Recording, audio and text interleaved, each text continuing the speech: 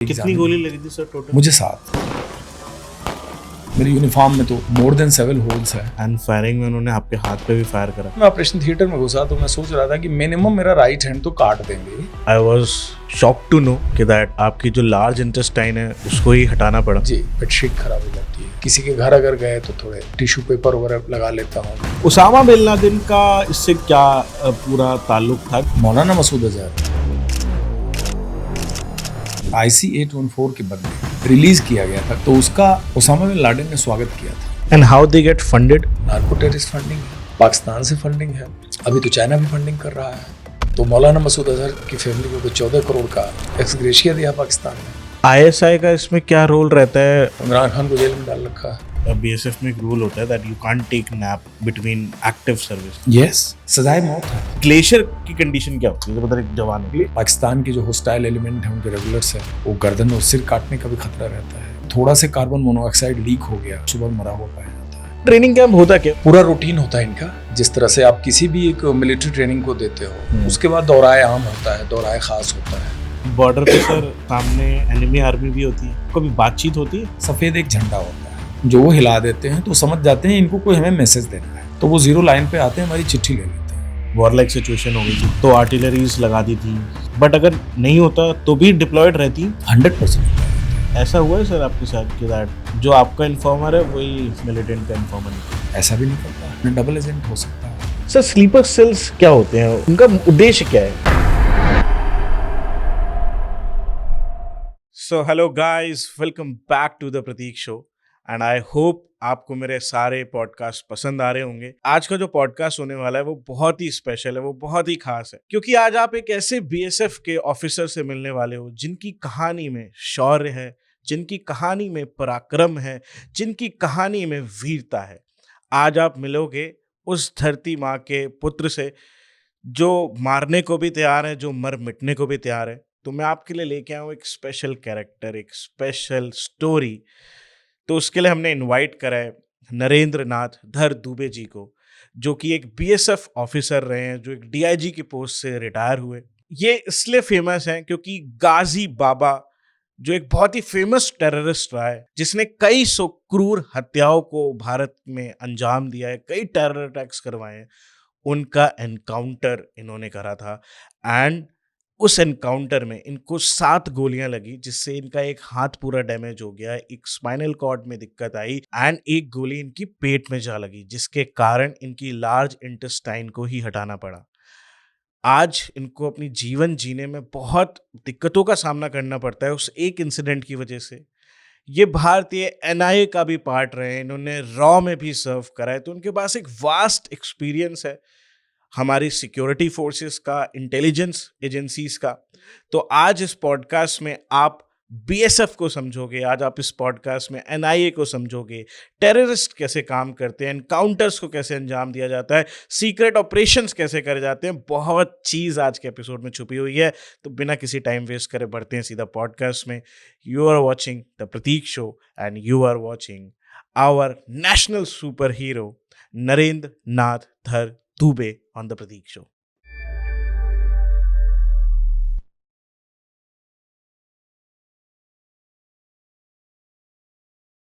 So, आज हमारे show पे स्वागत है देश के बहुत ही होनहार ऑफिसर, देश के असली सुपर हीरो। सर आपका बहुत बहुत स्वागत है हमारे शो पे। We are honoured that we are hosting you and हमारा सौभाग्य है कि आज हम आपकी लाइफ से, आपके एक्सपीरियंसेस से एंड जो भी आपने अभी तक अपनी सर्विस में आर्मी को सर्व करा है सर, हम उसके जो खूबसूरत पल हैं, जो उसमें आपने स्ट्रगल करी है, जो एक्शन है, आप पे मूवी बनी है सर, तो उन सब पे बात करेंगे। Thank you for coming and joining us. Thank you so much, thank you so much. I am very sure we will have very interesting talk. Yeah sir, first of all as a person मैं आपसे पूछना चाहता हूँ, जब हम अपनी life में आगे बढ़ते हैं, जवान होते हैं, जब आप भी कभी जवान थे, तो उस समय आप आर्मी में आए, आपने सर्व करना स्टार्ट करा, आपको कभी लगा था कि दैट आपके ऊपर एक पिक्चर बनेगी, एक मूवी आपके ऊपर रिलीज होगी? मैं बेसिकली मेरा ऑर्गेनाइजेशन BSF रहा है राइट। और बिल्कुल, जब वो जीवन पथ पर कदम बढ़ा, जब मंजिल का कुछ ज्ञान न था, तो जब लाइफ में आगे प्रोग्रेस किए, एक प्रोफेशन को चुना, आर्म्स एंड द मैन, तो ये क्या, ये पूरी जर्नी में क्या टर्फ रहेगा, undulating path, ups and downs, setbacks and happiness, and it will bring a day which will be written in the history, absolutely not known. और मूवी बनने का तो कोई ख्याल ही नहीं था, पिक्चर बनने का कोई ख्याल नहीं था। मेरे फादर लेक्चरर हैं, तो मुझे उन्होंने 6वीं क्लास से और 10वीं क्लास तक दूसरे सेक्शन में जाने नहीं दिया। अच्छा। वो जिस सेक्शन में मैं होता था उसी के वो टीचर होते थे, जानबूझ के। ये तो to have a satellite eyes on his own son, always on you. always on me. So 8वीं क्लास में था मैं, तो एक लेसन था कि how a cinema picture is made. तो उसमें मुझे याद है कि ब्लैक एंड व्हाइट पेज पे एक रील की फोटो थी, तो क्लास में तो उन्होंने पढ़ा दिया। और हम लोग बड़े इंटीरियर एरिया में और बड़े बेसिक अमेनिटी जहाँ नहीं होती हैं उन स्कूलों से पढ़े। तो मुझसे बोले कि तुम्हें शहर ले चलूँगा और तुम्हें फिल्म दिखाऊंगा। तो that time I was of almost 13 years. तो मुझे बड़ा एक्साइटमेंट हुआ मैं पिक्चर देखने जाऊँगा। तो हमारे फूफा फूफा शहर में रहते थे, डिस्ट्रिक्ट हेडक्वार्टर में, तो गांव से लेके गए। तो पहली फिल्म उन्होंने दिखाई रोटी कपड़ा और मकान, अमिताभ बच्चन की। तो वो पहला पिक्चर में देख के आज बड़ा एक्साइटेड हुआ। लाइफ यहाँ लाएगी और एक फिल्म बनेगी, इसका मुझे कहीं कुछ, और मुझे लगता है आम, चाहे वो कोई आर्म फोर्सेस से हो, बीएसएफ से हो, किसी भी सीआरपीएफ से हो, पुलिस ऑर्गेनाइजेशन, कोई अपनी ड्यूटी ये सोच के नहीं करता कि the outcome and the success page will draw someday attention of someone to pick up the story and make a film for the public viewing. So it's very exciting. Question sir ये है कि आपके ऊपर film बनी and film में जो मुख्य अभिनेता थे वो इमरान हाशमी साहब थे। आपने फिल्म देखी होगी, जेन्युइन ओपिनियन आपका क्या था कि दैट जो उन्होंने रोल निभाया, पूरी स्टोरी लिखी गई, दर्शाई गई? एक्चुअली पहली बार इसका मीडिया में नवभारत टाइम्स में एक छोटा सा न्यूज आर्टिकल आया एक दिन। तो जिस दिन कैमरा रोल हुआ तो मैं गया जब कश्मीर, तो ऑफिसर्स मेस में I was excited to meet the cast. होता ही है फर्स्ट रिएक्शन। तो पता लगा कि Emraan Hashmi is doing shooting practice in the firing range. तो हमको लेकर वहाँ लोग गए, तो देखा ही was in exactly tailor made जो एक ड्रेस होता है बीएसएफ ऑफिसर का, उस ड्रेस में, and he was sweating and he was doing practice, led them, rifle उठा, फायर कर, जो भी है। और पूरा बॉर्डर सिक्योरिटी फोर्स ने कंप्लीट स्टाफ उनके डिस्पोजल पे दिया था टू प्रिपेयर द कैरेक्टर, अच्छा, to discharge the role of a BSF officer. That may be a dress up, that may be arm he will be carrying, body language, his demeanor, his expressions, his response mechanism, his walk, his gait, his talk, just to bring him most closest to the actual person. तो मैं 2 दिन रहा, 3 दिन रहा, फिर वो काफ़ी हमारा इंटरेक्शन भी होता रहा। तो 48 या 49 डेज वो लोग वहाँ रहे। An entire BSF campus, which is a very huge campus close to the Srinagar airport, it was turn to be Bollywood those days, because वो इतना बड़ा उनका पैराफर्नेलिया था। तो उन्होंने बड़ी मेहनत करी, और शायद इमरान हाशमी के लिए भी एक बड़ी चुनौती थी कि वो अगर ऐसे किरदार को पिकअप किए। उन्होंने अपने इंटरव्यू में भी कहा था कि मैं कहीं से भी ये नहीं चाहता था कि मैं उस किरदार को अगर जस्टिफाई नहीं कर सकता तो मैं काम नहीं करना चाहता।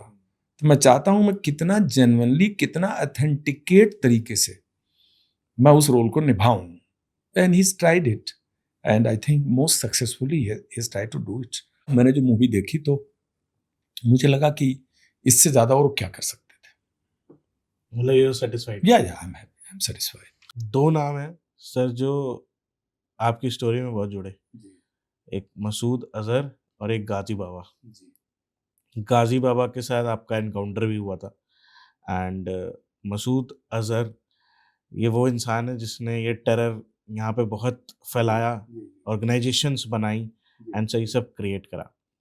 आई वांट टू नो, जो आपका गाजी बाबा के साथ टेरर अटैक हुआ था या जो आपका एनकाउंटर हुआ था, एंड वो सिचुएशन क्या थी? I want to know because वो एक ऐसी चीज़ है, जब मैंने आपके बारे में जब मैं पढ़ रहा था तो आई गॉट टू नो कि दैट ये फिल्म की एक्शन वाली कहानी है। ये वो पार्ट है फिल्म का जहाँ पे सिर्फ एक्शन है हाँ, ये तो सही है, और सही ट्रू सेंस का एक्शन है। एक्शन है, और every action is connected to the other action, and next action is connected to the next action, and it is finally converted into the super action.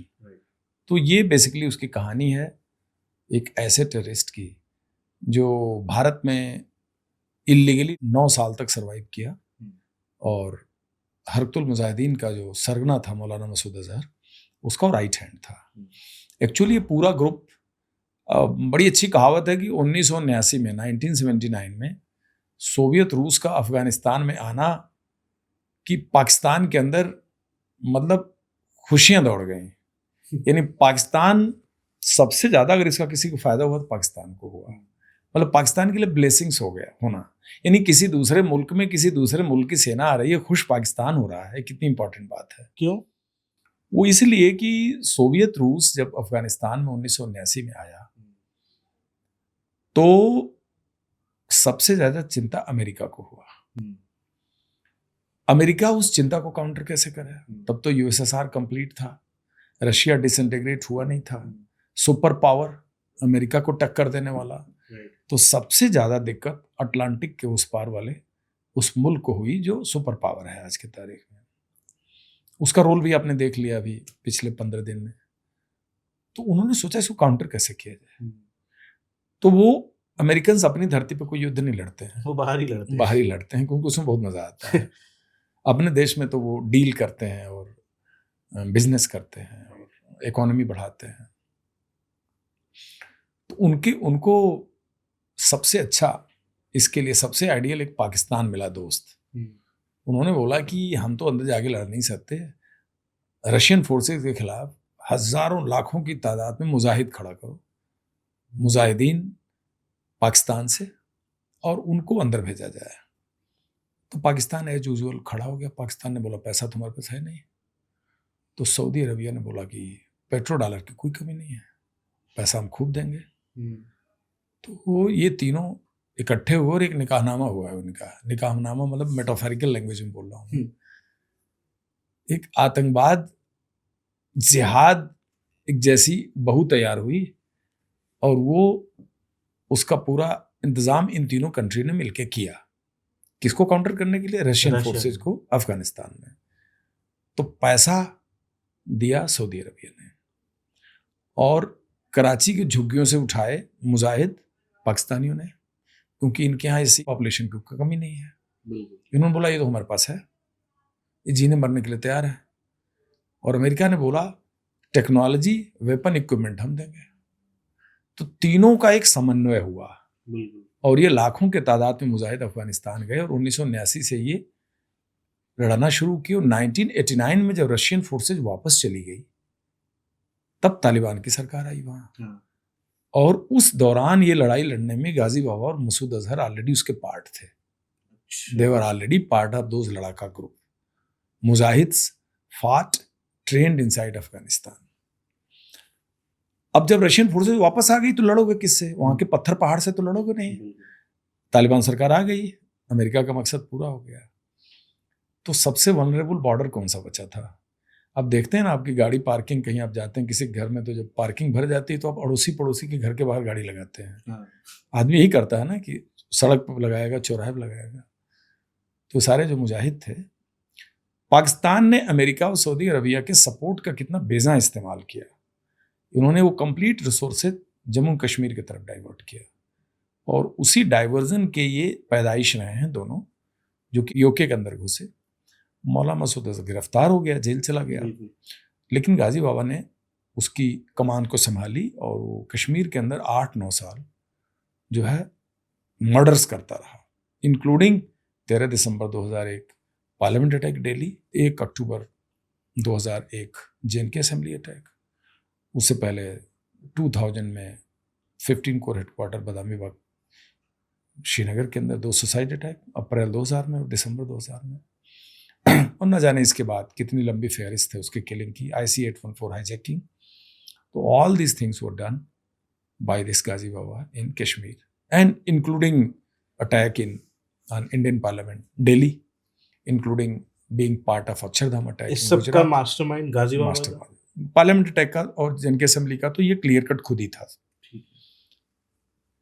उसके बाद प्रोक्लेम्ड ऑफेंडर बना, हमारी court of loss है, भारत का नंबर 1 terrorist Osama bin Laden, जिसको पकड़ने लाने मारने की चुनौती सबके पास थी।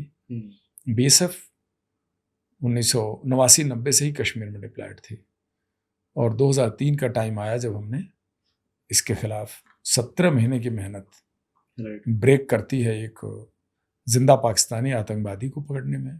27 अगस्त 2003 को ये पाकिस्तानी आतंकवादी 28 को पकड़ा जाता है, जो कि गाजीबाबा का डिप्टी चीफ है।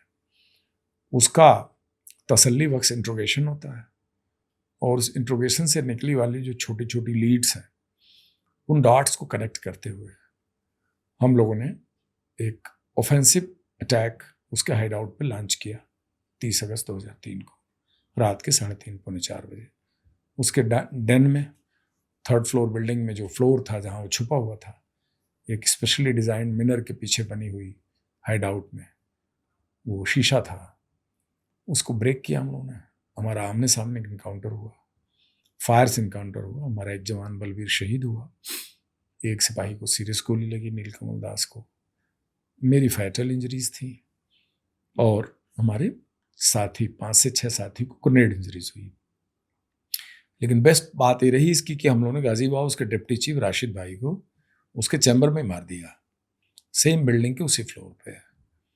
मारने के बाद इस ऑपरेशन को काउंटर इंसर्जेंसी का बहुत ही सक्सेसफुल ऑपरेशन इसको डिक्लेयर किया गया था और उप प्रधानमंत्री भारत सरकार श्री लाल कृष्ण आडवाणी जी ने इसको स्पेशली सराहा था कि अमेरिका अभी तक ओसामा बिन लादेन को नहीं मार सका, जो कि 9/11 का मेन एक्यूज्ड है, लेकिन हमारी फोर्सेज ने 17 महीने के अंदर संसद पर अटैक करने वाले गाजी बाबा को मार गिराया।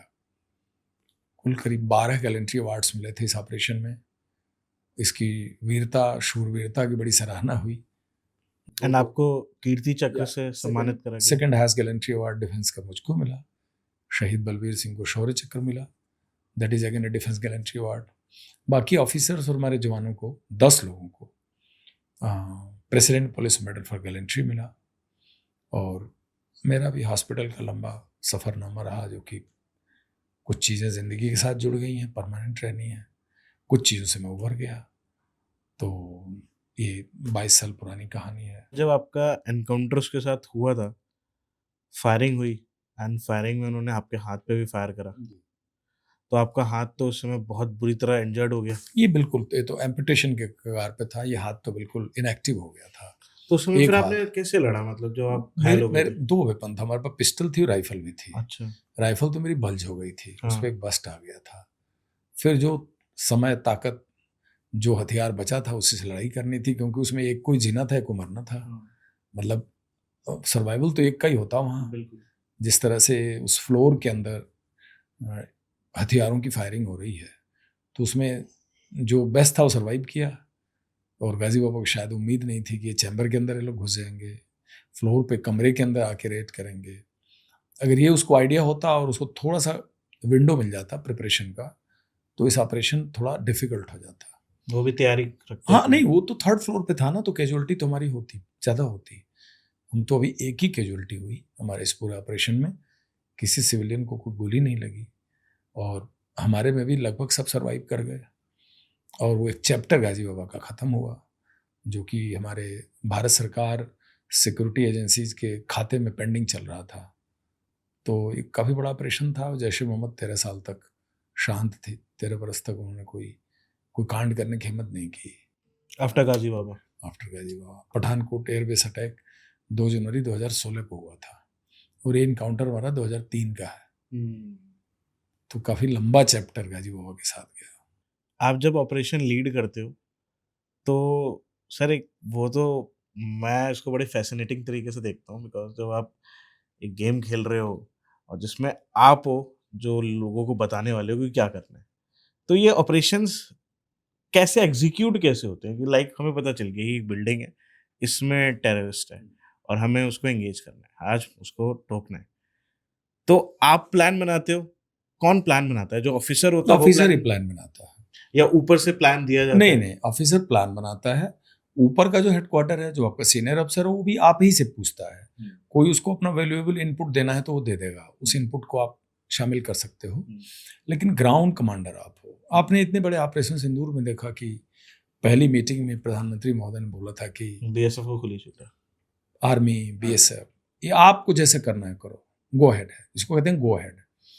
दूसरा, जब आप इस तरह का एक टारगेट इंगेज करते हैं, जब ऐसे टेररिस्ट के साथ मुठभेड़ होती है, तो डिटेल सब आपके पास होती है, ग्राउंड की जानकारी आपको पास है, आपको उसका रिस्पांस के बारे में आइडिया है, आपकी शक्ति कितनी है, वीकनेसेस एंड स्ट्रेंथ आपको पता होते हैं।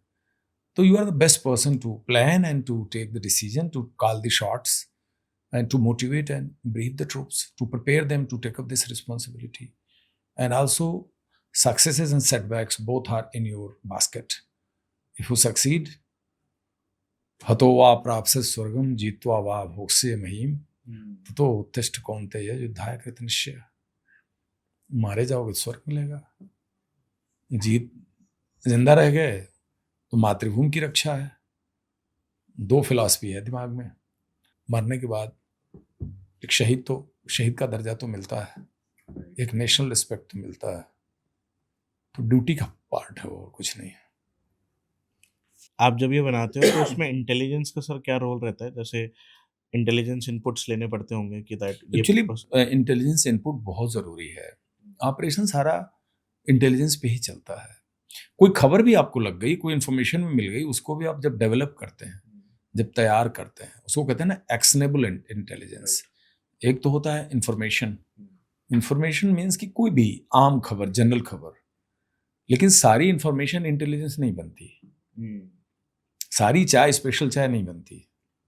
जनरल चाय है, स्पेशल चाय, मिसलीडिंग इंफॉर्मेशन मिसलीडिंग भी आती है। Then as a ground commander, as a tactful intelligence officer, you have to basically ascertain whether this piece of information is genuine or this piece of information is just bokey. ऐसा भी होता है। We have to ready for both the conditions. ऐसा भी होता होगा sir, काफी बार operation आपको मिली लीड एंड आप करने के बाद फेल हो गए काफी सारे ऑपरेशन। ऐसा भी होता है। ऐसा भी होता है कि ऑपरेशन में कोई रिजल्ट नहीं आया, फेल हो गए, but that is a part of operation. Successes और सेटबैक्स दोनों उसके कभी हिस्से हैं। ऐसा हुआ है सर आपके साथ कि दैट जो आपका इन्फॉर्मर है वही मिलिटेंट का इन्फॉर्मर निकला? ऐसा भी निकलता है। देयर में भी डबल एजेंट हो सकता है। तो ये इन्फॉर्मर सर पैसे लेता है या? कई फैक्टर हैं। पैसा is also one of the main incentive. Motivation है, पैसा है, कई बार एग्रीव्ड भी हो सकता है, वो खुद विक्टिम रहा हो। कई बार कुछ बच्चे जिसको कहते हैं कि एटीट्यूड में भी करते हैं। एक जैसे जिसको पंजाब में लोग टशन शब्द बोलते हैं, ऐसा भी होते हैं यंगस्टर्स कि मतलब कुछ ऐसे भी होते हैं, they feel fascinated with security forces. लेकिन ज़्यादातर तो इंसेंटिवाइज्ड होता है। Majority of them they work because there is a attractive incentive and your personal dealing, your image, your human connect. It's not only कि आप पैसा लेके चलिए तो आपको जगह जगह सोर्स मिल जाए, ऐसा नहीं हो सकता। If money is not strengthened by your own persona, your own personality, your own trust, your way of working, मतलब you as a commander has to create a very deep sense of trust inside his mind कि I am going to work with him whether he is trustworthy or is not trustworthy. And on top of it, you have to keep the security of the informer in a very strict shelf. And the informer has to be always protected. His identity should not be disclosed. Otherwise, it will risk to his life. तो sir एक चीज़ थी, जब मसूद अजहर का जब नाम लिया जाता है तो उसके साथ ना एक नाम बड़ा फेमस है, Osama bin Laden. Osama bin Laden का इससे क्या पूरा ताल्लुक था? क्योंकि बहुत ताल्लुक था उसामा बिन लादेन का मसूद अजहर से। देखिए, उसामा बिन लादेन तो जो है वो अलकायदा से रहा है और उसामा बिन लादेन एक डिफरेंट कंट्री और डिफरेंट टेरिटरी से आया था। बिल्कुल। और उसका अमेरिका के अगेंस्ट जो पूरी फिलॉसफी थी वो अगेंस्ट वेस्ट थी और अगेंस्ट अमेरिकन्स थी। और रशियन फोर्सेस के जाने के बाद जब वहाँ पर मुल्ला उमर की सरकार आई अफगानिस्तान में, तो उसको फिर अमेरिका ने, और सोवियत रूस तो चला गया, अब चला गया तो अमेरिका को अपना वर्चस्व वहाँ रखना है। तो सारा चीज टर्न होता है 9/11 पे। 9/11 वर्ल्ड ट्रेड सेंटर पे टावर जो ध्वस्त होता है, पूरी दुनिया में आतंकवाद से लड़ाई की जो एक कॉमनैलिटी थोड़ी सी क्रिएट होती है, थोड़ी सी पैदा होती है, जिसमें अमेरिका भी सामने आता है, वो 9/11 के बाद है। उसके पहले के आतंकवाद को लेके अमेरिका कभी हमें चिंतित दिखा नहीं है, और वो आज भी उसी फिलॉसफी पे चल रहा है। आज के तारीख में भी पहलगाम में जो हुआ, कश्मीर में जो हुआ, या जो इन बड़े देशों का एक अप्रोच है, अमेरिका जैसे देशों का, उस अप्रोच को आप अगर बारीकी से देखें तो आपको यही नजर आएगा कि दूसरे के देश में अगर आतंकवाद हो रहा है, उसका सिरदर्द है उस देश का। हमारा ऑब्जेक्टिव कुछ और है। हम पावरफुल नेशन दुनिया को एक अलग नज़र से देखते हैं, और गुड टेररिस्ट बैड टेररिस्ट इनकी परिभाषा में है। आपके लिए जो टेररिस्ट है जरूरी नहीं इनकी नज़र में वो टेररिस्ट ही कहा जाए, ये उसको कुछ भी कहेंगे।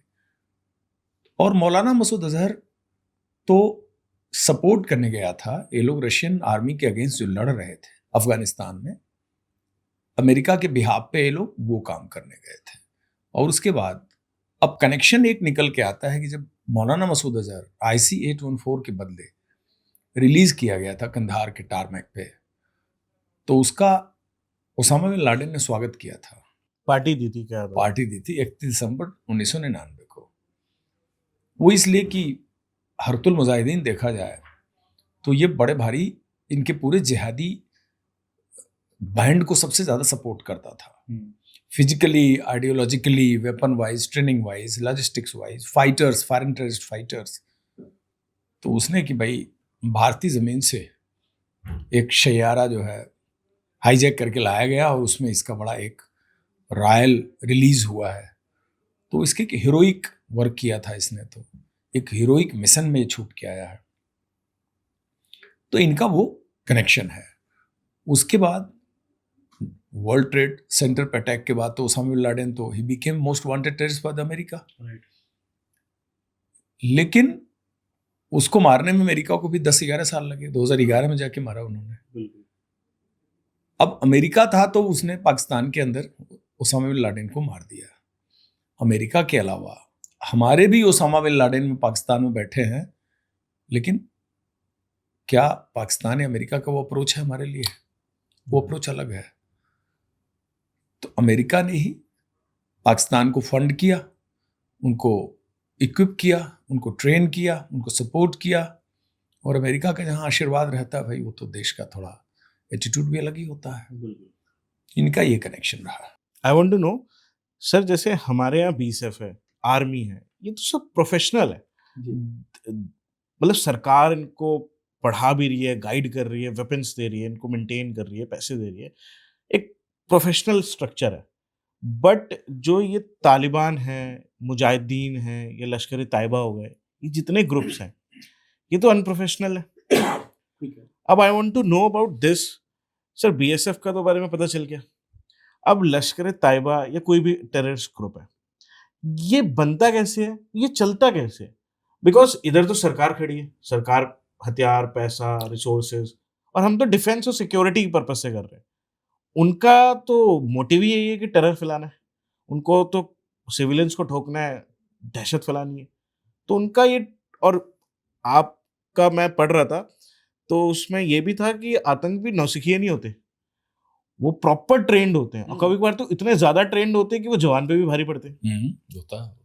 तो how it works actually, I want to know. देखिए, जो जैसे BSF है, आर्मी है, CRPF है, कोई भी सिक्योरिटी ऑर्गेनाइजेशन है, we are the organs of the government of India. We carry the legal mandate to fight against the terrorist. हम एक देश के मैंडेट, एक ड्यूटी के लिए खड़े किए गए हैं।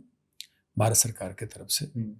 और ये हमारा काम है to ensure the security of the country by doing our job, by doing our work. हमारे साथ सारी जितनी भी है वो लीगल रिजीम, हमारे पास कानूनी बंदिशें हैं। हमारे में से कोई भी आदमी सोलो जाके खुद अपना संविधान लिख करके युद्ध नहीं लड़ता। यानी हमारे काम की जो तरीकात हैं वो बिल्कुल स्ट्रक्चर्ड हैं, बने हुए हैं, प्रोफेशनल है। लेकिन जिन आउटफिट्स का आपने नाम लिया, लश्कर, जैश, तालिबान, ये पाकिस्तान में, जैसे तालिबान तो चलिए अफगानिस्तान के, अभी तो वो पावर में भी हैं, लेकिन पाकिस्तान में जो ये सारे टेरर ऑर्गेनाइजेशंस हैं, ये रेडिकल थॉट्स पे बने हुए हैं। और ये रेडिकल थॉट आज का नहीं है। पाकिस्तान की जब पैदाइश हुई, पाकिस्तान तो पैदा हुआ 1947 में, लेकिन पाकिस्तान कुछ लोगों के दिमाग में उससे पहले पैदा हुआ था। राइट। जिन्ना तो जिनके दिमाग में वो पहले पैदा हुआ था, मुस्लिम लीग व्हाटएवर इट इज, वो ऐसे नहीं पैदा हुआ था। दिमाग में कोई चीज पहले पैदा होती, बाद में वो स्वयं पैदा होती है।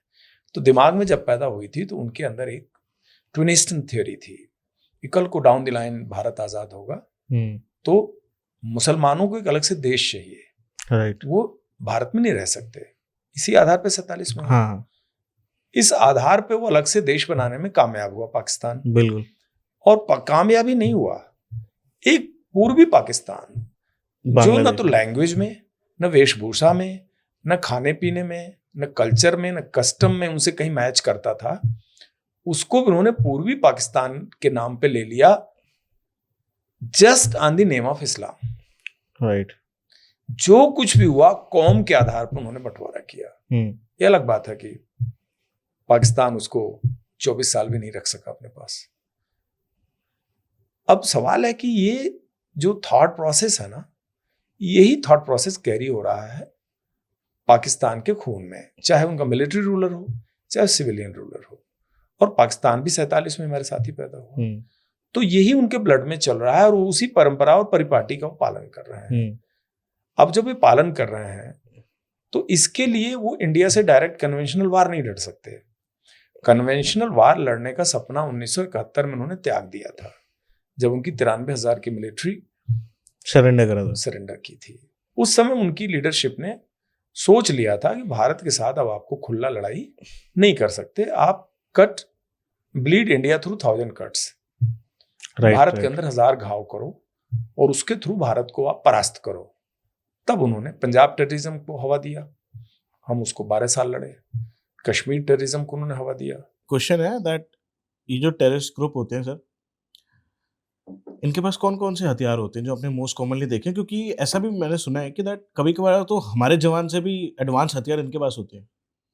देखिए, इन पर सब में टेररिस्ट सब डिपेंड करता है कौन सा आउटफिट है। जो आउटफिट जनरली हम लोग फेस कर रहे हैं, इसमें तो अमेरिकन राइफल्स मैक्सिमम है, AK-47 और अमेरिकन राइफल्स। AK-47 तो इनका पहले से ही फेवरेट वेपन रहा है। तो अब रह जाती बात कि अब अफगानिस्तान से जब अमेरिका गया है अभी वापस 2021 में, तो ढेरों हथियार छोड़ के गया है। सारे वेपन, हेलीकॉप्टर, जितने लॉन्ग रेंज वेपन सब छोड़ के गए। वो लाद के यहाँ से कोई भी अमेरिका नहीं ले गए। उनको वेपन की कोई कमी है नहीं, ट्रांसपोर्ट करने की उनको जरूरत ही नहीं पड़ी। तो ये सारे हथियार ग्रे मार्केट में इंटरनेशनल टेरर आउटफिट्स ने इनका बहुत फायदा उठाया। तो ये हथियार बहुत सारे वहां से पिलफरेज होकर पाकिस्तान में आए और वही हथियार आज की तारीख में POK में घुसे हुए पाकिस्तानी टेररिस्ट यूज कर रहे हैं। तो स्मॉल आर्म में तो इनके पास यही होता है। इनके पास भी मशीन गन होती है, रॉकेट लॉन्चर होता है, ग्रेनेड लॉन्चर होता है और एंटी टैंक ग्रेनेड्स भी होते हैं। अच्छा। हाँ, एंटी टैंक ग्रेनेड्स भी होते हैं और इनके पास एक्सप्लोसिव की वैरायटीज बहुत होती है। ओके। कि जिसको कि ये आप ग्रेनेड लॉन्चिंग राइफल से वो फायर करके और किसी गाड़ी पे वो चिपक के ब्लास्ट हो जाए। अच्छा। हाँ, जो कि उन्होंने सूरनकोट में 2023 में किया था आर्मी की गाड़ी के खिलाफ। राइट। और कम्युनिकेशन सिस्टम बहुत एडवांस है आज की तारीख में। तो वेपन्स तो इनके पास यही होते हैं क्योंकि ये तो गुरिल्ला वार है।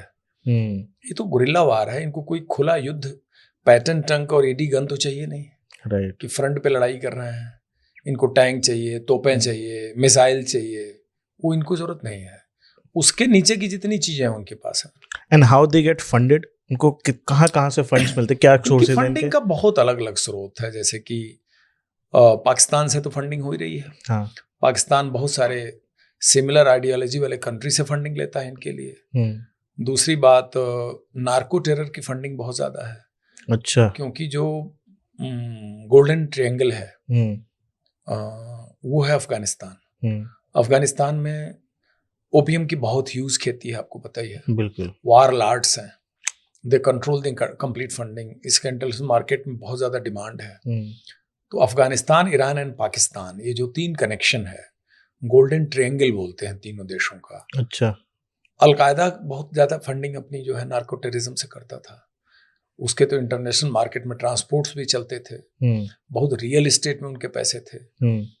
लेकिन जिन टेरर ग्रुप को हम लोग इंडिया हैंडल कर रहा है, इनकी टेरर फंडिंग बहुत सारी नार्को टेररिस्ट फंडिंग है, पाकिस्तान से फंडिंग है, अभी तो चाइना भी फंडिंग कर रहा है। और सबसे बड़ा एग्जांपल है कि इंटरनेशनल मॉनेटरी फंड से पाकिस्तान को ऑपरेशन सिंदूर के दौरान ही $2.4 बिलियन मिले हैं। तो मौलाना मसूद अजहर की फैमिली को तो 14 करोड़ का एक्सग्रेशिया दिया पाकिस्तान ने। तो जो इंटरनेशनल मॉनेटरिंग फंड है, वर्ल्ड बैंक है, ये तमाम ऐसे इंटरनेशनल बॉडीज हैं जो कि नीड बेस पर फंडिंग करती हैं। पाकिस्तान उनकी फंडिंग को लेके भी टेरर फंडिंग में इस्तेमाल करता है। ऐसे ही cross border LOC trade border में भी इन्होंने बहुत ज़्यादा दुरुपयोग किया उसको कन्वर्ट करने का। हवाला के थ्रू बहुत ज़्यादा फंडिंग है। फंडिंग के सारे तरीके हैं टेररिस्ट के। सर, एक तो एक होता है एनकाउंटर जी, कि आप किसी को ठोकने ही गए हो जी, बट कभी कभार ऐसा भी होता है कि आप किसी को पकड़ने जाते हो एंड आप जब उसको पकड़ के लाते हो तो इंटरोगेशन करते हो, पूछताछ होती है प्रॉपर। तो आई वांट टू नो, जहाँ पे ये ट्रेनिंग इनके कैंप्स बोले जाते हैं, अभी भारतीय सेना जो कार्रवाई करी उसमें इनके कई ट्रेनिंग कैंप्स उड़ा दिए। ठीक है। एक्चुअली ट्रेनिंग कैंप होता क्या, उधर क्या होता है? ट्रेनिंग कैंप में रहने का तो रिहायश होता है, चारपाई बिस्तर लगे हैं, बाथरूम है, किचन लंगर चल रहा है, कुछ क्लासरूम बना दिए जाते हैं। क्लासरूम में पढ़ाया जाता है? हाँ, बाकायदा, just like you give military training, they give military training. थोड़ी फॉर्मल टीचिंग हो जाती है, फायरिंग रेंज होता है जहाँ आप स्मॉल आर्म फायर करने की ट्रेनिंग लीजिए। ये लोग कोई बहुत फॉर्मल और लंबी ट्रेनिंग तो लेते नहीं, इनको डिसिप्लिन सोल्जर तो बनाना नहीं है, कोई वर्दी पहनानी नहीं है, कैसी भी वर्दी आपने बोल दिया पहन लिया उन्होंने। तो इस टाइप का इनका ट्रेनिंग सेंटर होता है जिसमें रेडिकलाइजेशन के क्लासेज हैं, इनके दीन और इस्लाम की बातें सिखाई जाती हैं, कुरान हदीत की बातें सिखाई जाती हैं, एंटी इंडिया दुष्प्रचार, उसके बाद आपका सोशल मीडिया मिस इन्फॉर्मेशंस, उसके बाद जितनी झूठे चीज़ें वो पढ़ाई जाती हैं, और कैसे सर्वाइवल करते हैं इंडिया में जाके, POK के अंदर आप घुसोगे तो कैसे करोगे, रूट समझाए जाते हैं, लॉन्चिंग पैड समझाए जाते हैं। टेरर कैंप्स में पूरा रूटीन होता है इनका, जिस तरह से आप किसी भी एक मिलिट्री ट्रेनिंग को देते हो। उसके बाद दौराए आम होता है, दौराए खास होता है, यानी कुछ उसमें मुजाहिद ऐसे होते हैं जिनको एक नॉर्मल ट्रेनिंग करके लॉन्च कर देते हैं, कुछ होते हैं जिनको एक स्पेशलाइज्ड ट्रेनिंग करके लॉन्च करते हैं, और कुछ ऐसे सेलेक्टेड होते हैं जिनको कमांडो ट्रेनिंग करके लॉन्च करते हैं। हर वैरायटी के और हर कैटेगरी के उसमें मुजाहिद होते हैं। जैसा ऑपरेशनल यूटिलिटी उन्होंने भारत के खिलाफ कर रखी है, कश्मीर में उनको जिस तरह के टैलेंट को यूज करना है उस टाइप की ट्रेनिंग देते हैं, और बाकायदा पाकिस्तान आर्मी के अधिकारी उसको ट्रेन करते हैं, बाकायदा ISI उसको ट्रेनिंग प्रोग्राम के हिसाब से करती है।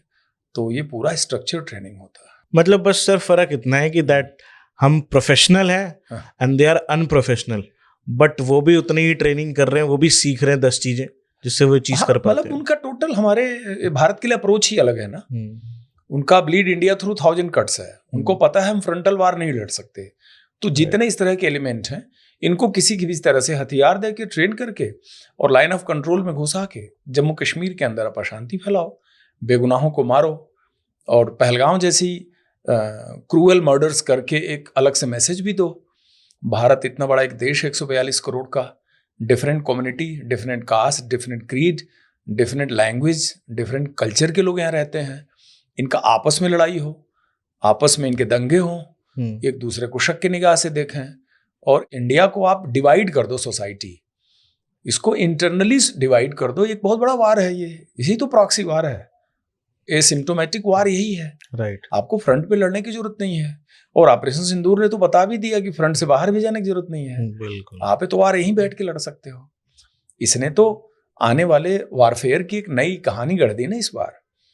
इस पूरे जो हमारा रेटिलेटरी सिस्टम रहा है पाकिस्तान के खिलाफ, जो रिस्पांस सिस्टम रहा है, उसमें हमने पूंछ और उड़ी और ये आपके बालाकोट की तरह से बॉर्डर की तो कोई लाइन क्रॉस ही नहीं की, लाइन ऑफ कंट्रोल की। जो कुछ हुआ बैठे बैठे हुआ।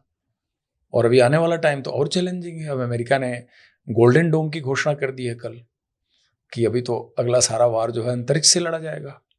आपके इंटेंडेड टारगेट कुछ नहीं, अंतरिक्ष से ही, अब सैटेलाइट से ही देखभाल करेगा, वहीं से कैप्चर करेगा टारगेट, वहीं से ध्वस्त करेगा। तो आने वाला समय बड़ा एक डिफरेंट वारफेयर की तरफ जा रहा है वर्ल्ड के। कितने सैटेलाइट लॉन्च करेंगे? 4000 सैटेलाइट, 5000 सैटेलाइट। आपका जो एडवर्सरी कंट्री है वो भी फिर 3000 सैटेलाइट लॉन्च करेगा। तो आने वाले टाइम में तो दुनिया में अंतरिक्ष में सैटेलाइट्स की लड़ाई होनी शुरू हो जाएगी।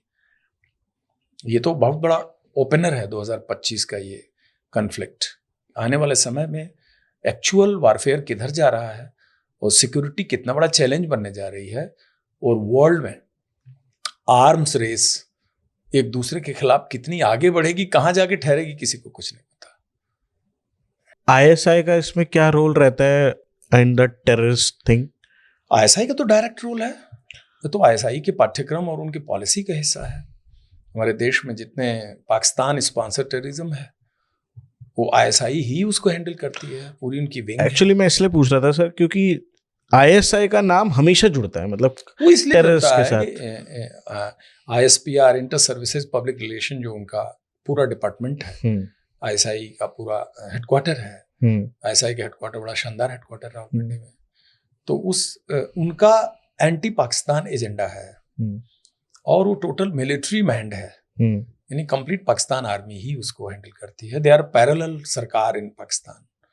ISI decides who becomes army chief and then both they decide who will be at the helm of affair in Pakistan.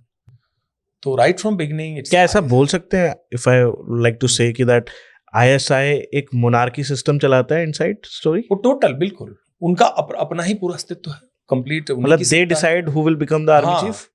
They decide, they have got a very strong interference, बहुत strong दखल है उनका।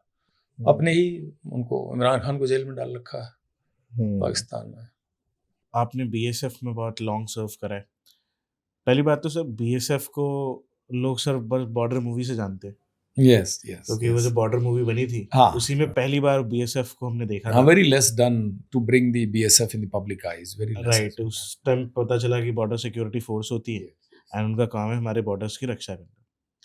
But sir मुझे लगता है ये इकलौती army की शायद ऐसी फोर्स है जो शायद हमेशा इन एक्शन रहती है। बिल्कुल बिल्कुल, every time in action. And शायद ये इकलौती ऐसी फोर्स है जहाँ पे शायद जवान हमारे हमेशा इन एक्शन मोड रहता है, और आप उसी में थे। बिल्कुल सही आपने कहा। बीएसएफ की लाइफ सर कैसी थी, हाउ वाज दैट, और बीएसएफ में आपका कैसा एक्सपीरियंस रहा इंडियन आर्मी में सर? बीएसएफ की जो जर्नी है वो बहुत ही टफ मानी जाती है। बीएसएफ शब्द आपने नाम लिया, it means the most hazardous journey in your service is automatically attached to BSF.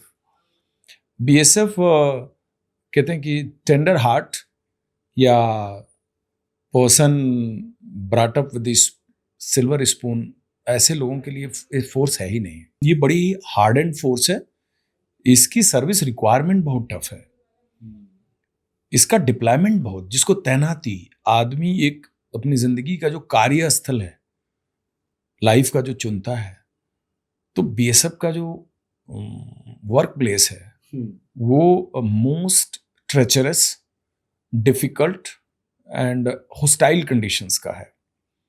ये तो मैं बोल रहा हूँ piece of land, line of the border and the extremity of our territory, ये तो उसका कैरेक्टर है।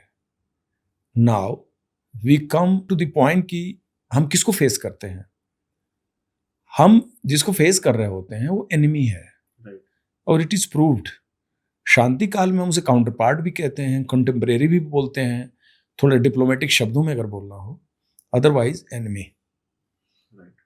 और ऐसा एनिमी जिसके अंदर वार फ्लेयर अप करने का पोटेंशियल होता है, युद्ध, यानी 47, 65, 71, 99, 2025, जिसके फ्लेयर अप होने मात्र से 142 करोड़ देशवासियों की नींद डिस्टर्ब हो जाती है कि कोई बड़ा भारी युद्ध का बादल मंडरा रहा है।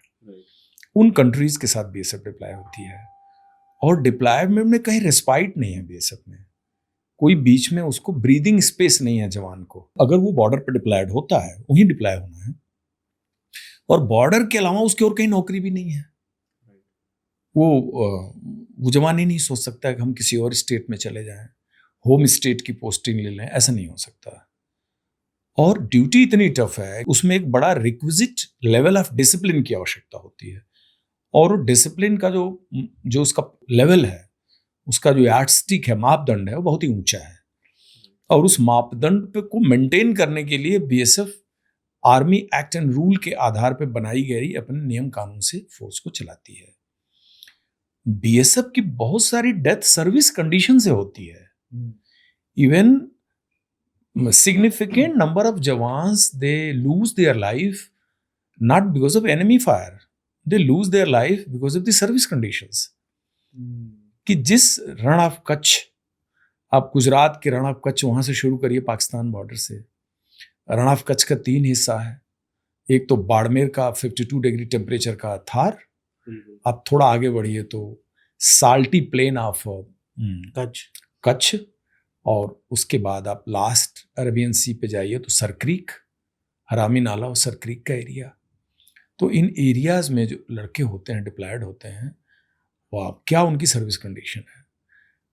वाटर, स्पिल्ड ओशन के वाटर के अंदर मचान पे बैठ के ड्यूटी देते हैं, वहीं नेचुरल काल, वहीं उनका खाना जाता है, जरीकेन से पानी जाता है, उसी में हाई टाइड लो टाइड आती है, और कुक्ड खाना जाता है क्योंकि ऊपर आग भी नहीं जला सकते, और उनके नहाने का 7-8 दिन में वो नहाते हैं बेचारे। डेली बाथ लेंगे तो उतना पानी नहीं है, खारे पानी से आप नहा नहीं सकते, ब्रैकिश वाटर से। और वाइपर स्नेक बाइट से बहुत डेथ होती है। अब आप पंजाब आइए, मतलब कितना सब एरिड जोन, कंप्लीट पंजाब धान के टाइम में, मानसून के टाइम में जो पानी से भरे हुए धान के खेत से जो 48 डिग्री 47 डिग्री का ह्यूमिडिटी निकलती है ना, उस बॉर्डर पर लड़के तैनात हैं। That is unbearable. फिर भी and right up to zero line लोग अपनी खेती करते हैं, उनको भी ऑब्जर्व करना है, उनको प्रोटेक्ट भी करना है, काउंटर पार्ट को भी देखना है। अब जम्मू कश्मीर की सिचुएशन चले जाइए, छेनीगुंड, नीरू, गुरेज दराज में -50 डिग्री तक के लड़के डिप्लॉय होते हैं, -50 डिग्री में डिप्लॉयड होते हैं। इसीलिए कहा जाता है बीएसएफ -50 टू +50 काम करती है। अगर जैसलमेर और आप नीरू गुरेज को ले लीजिए तो ये 100 डिग्री टेम्परेचर के फ्लक्चुएशन के बीच में लड़के काम करते हैं। और Jammu, no war no peace, cross border firing, every time they are alert. 1 second वो नैप नहीं ले सकता बॉर्डर पे, और उसका रेस्ट रिलीफ नहीं है। रेस्ट रिलीफ का कोई बीएसएफ में बहुत ज़्यादा स्कोप ही नहीं है। I want to come on this. अभी आप कुछ देर पहले मुझे बता रहे थे कि दैट बीएसएफ में एक रूल होता है that you can't take nap between active service. Yes, like if a sipahi is posted as a sentry duty in Naka, patrolling, ambush, observation post, listening post, he can't sleep. अगर सोएगा तो जो active duty के दौरान कितना कठिन दंड है, सजाए मौत है।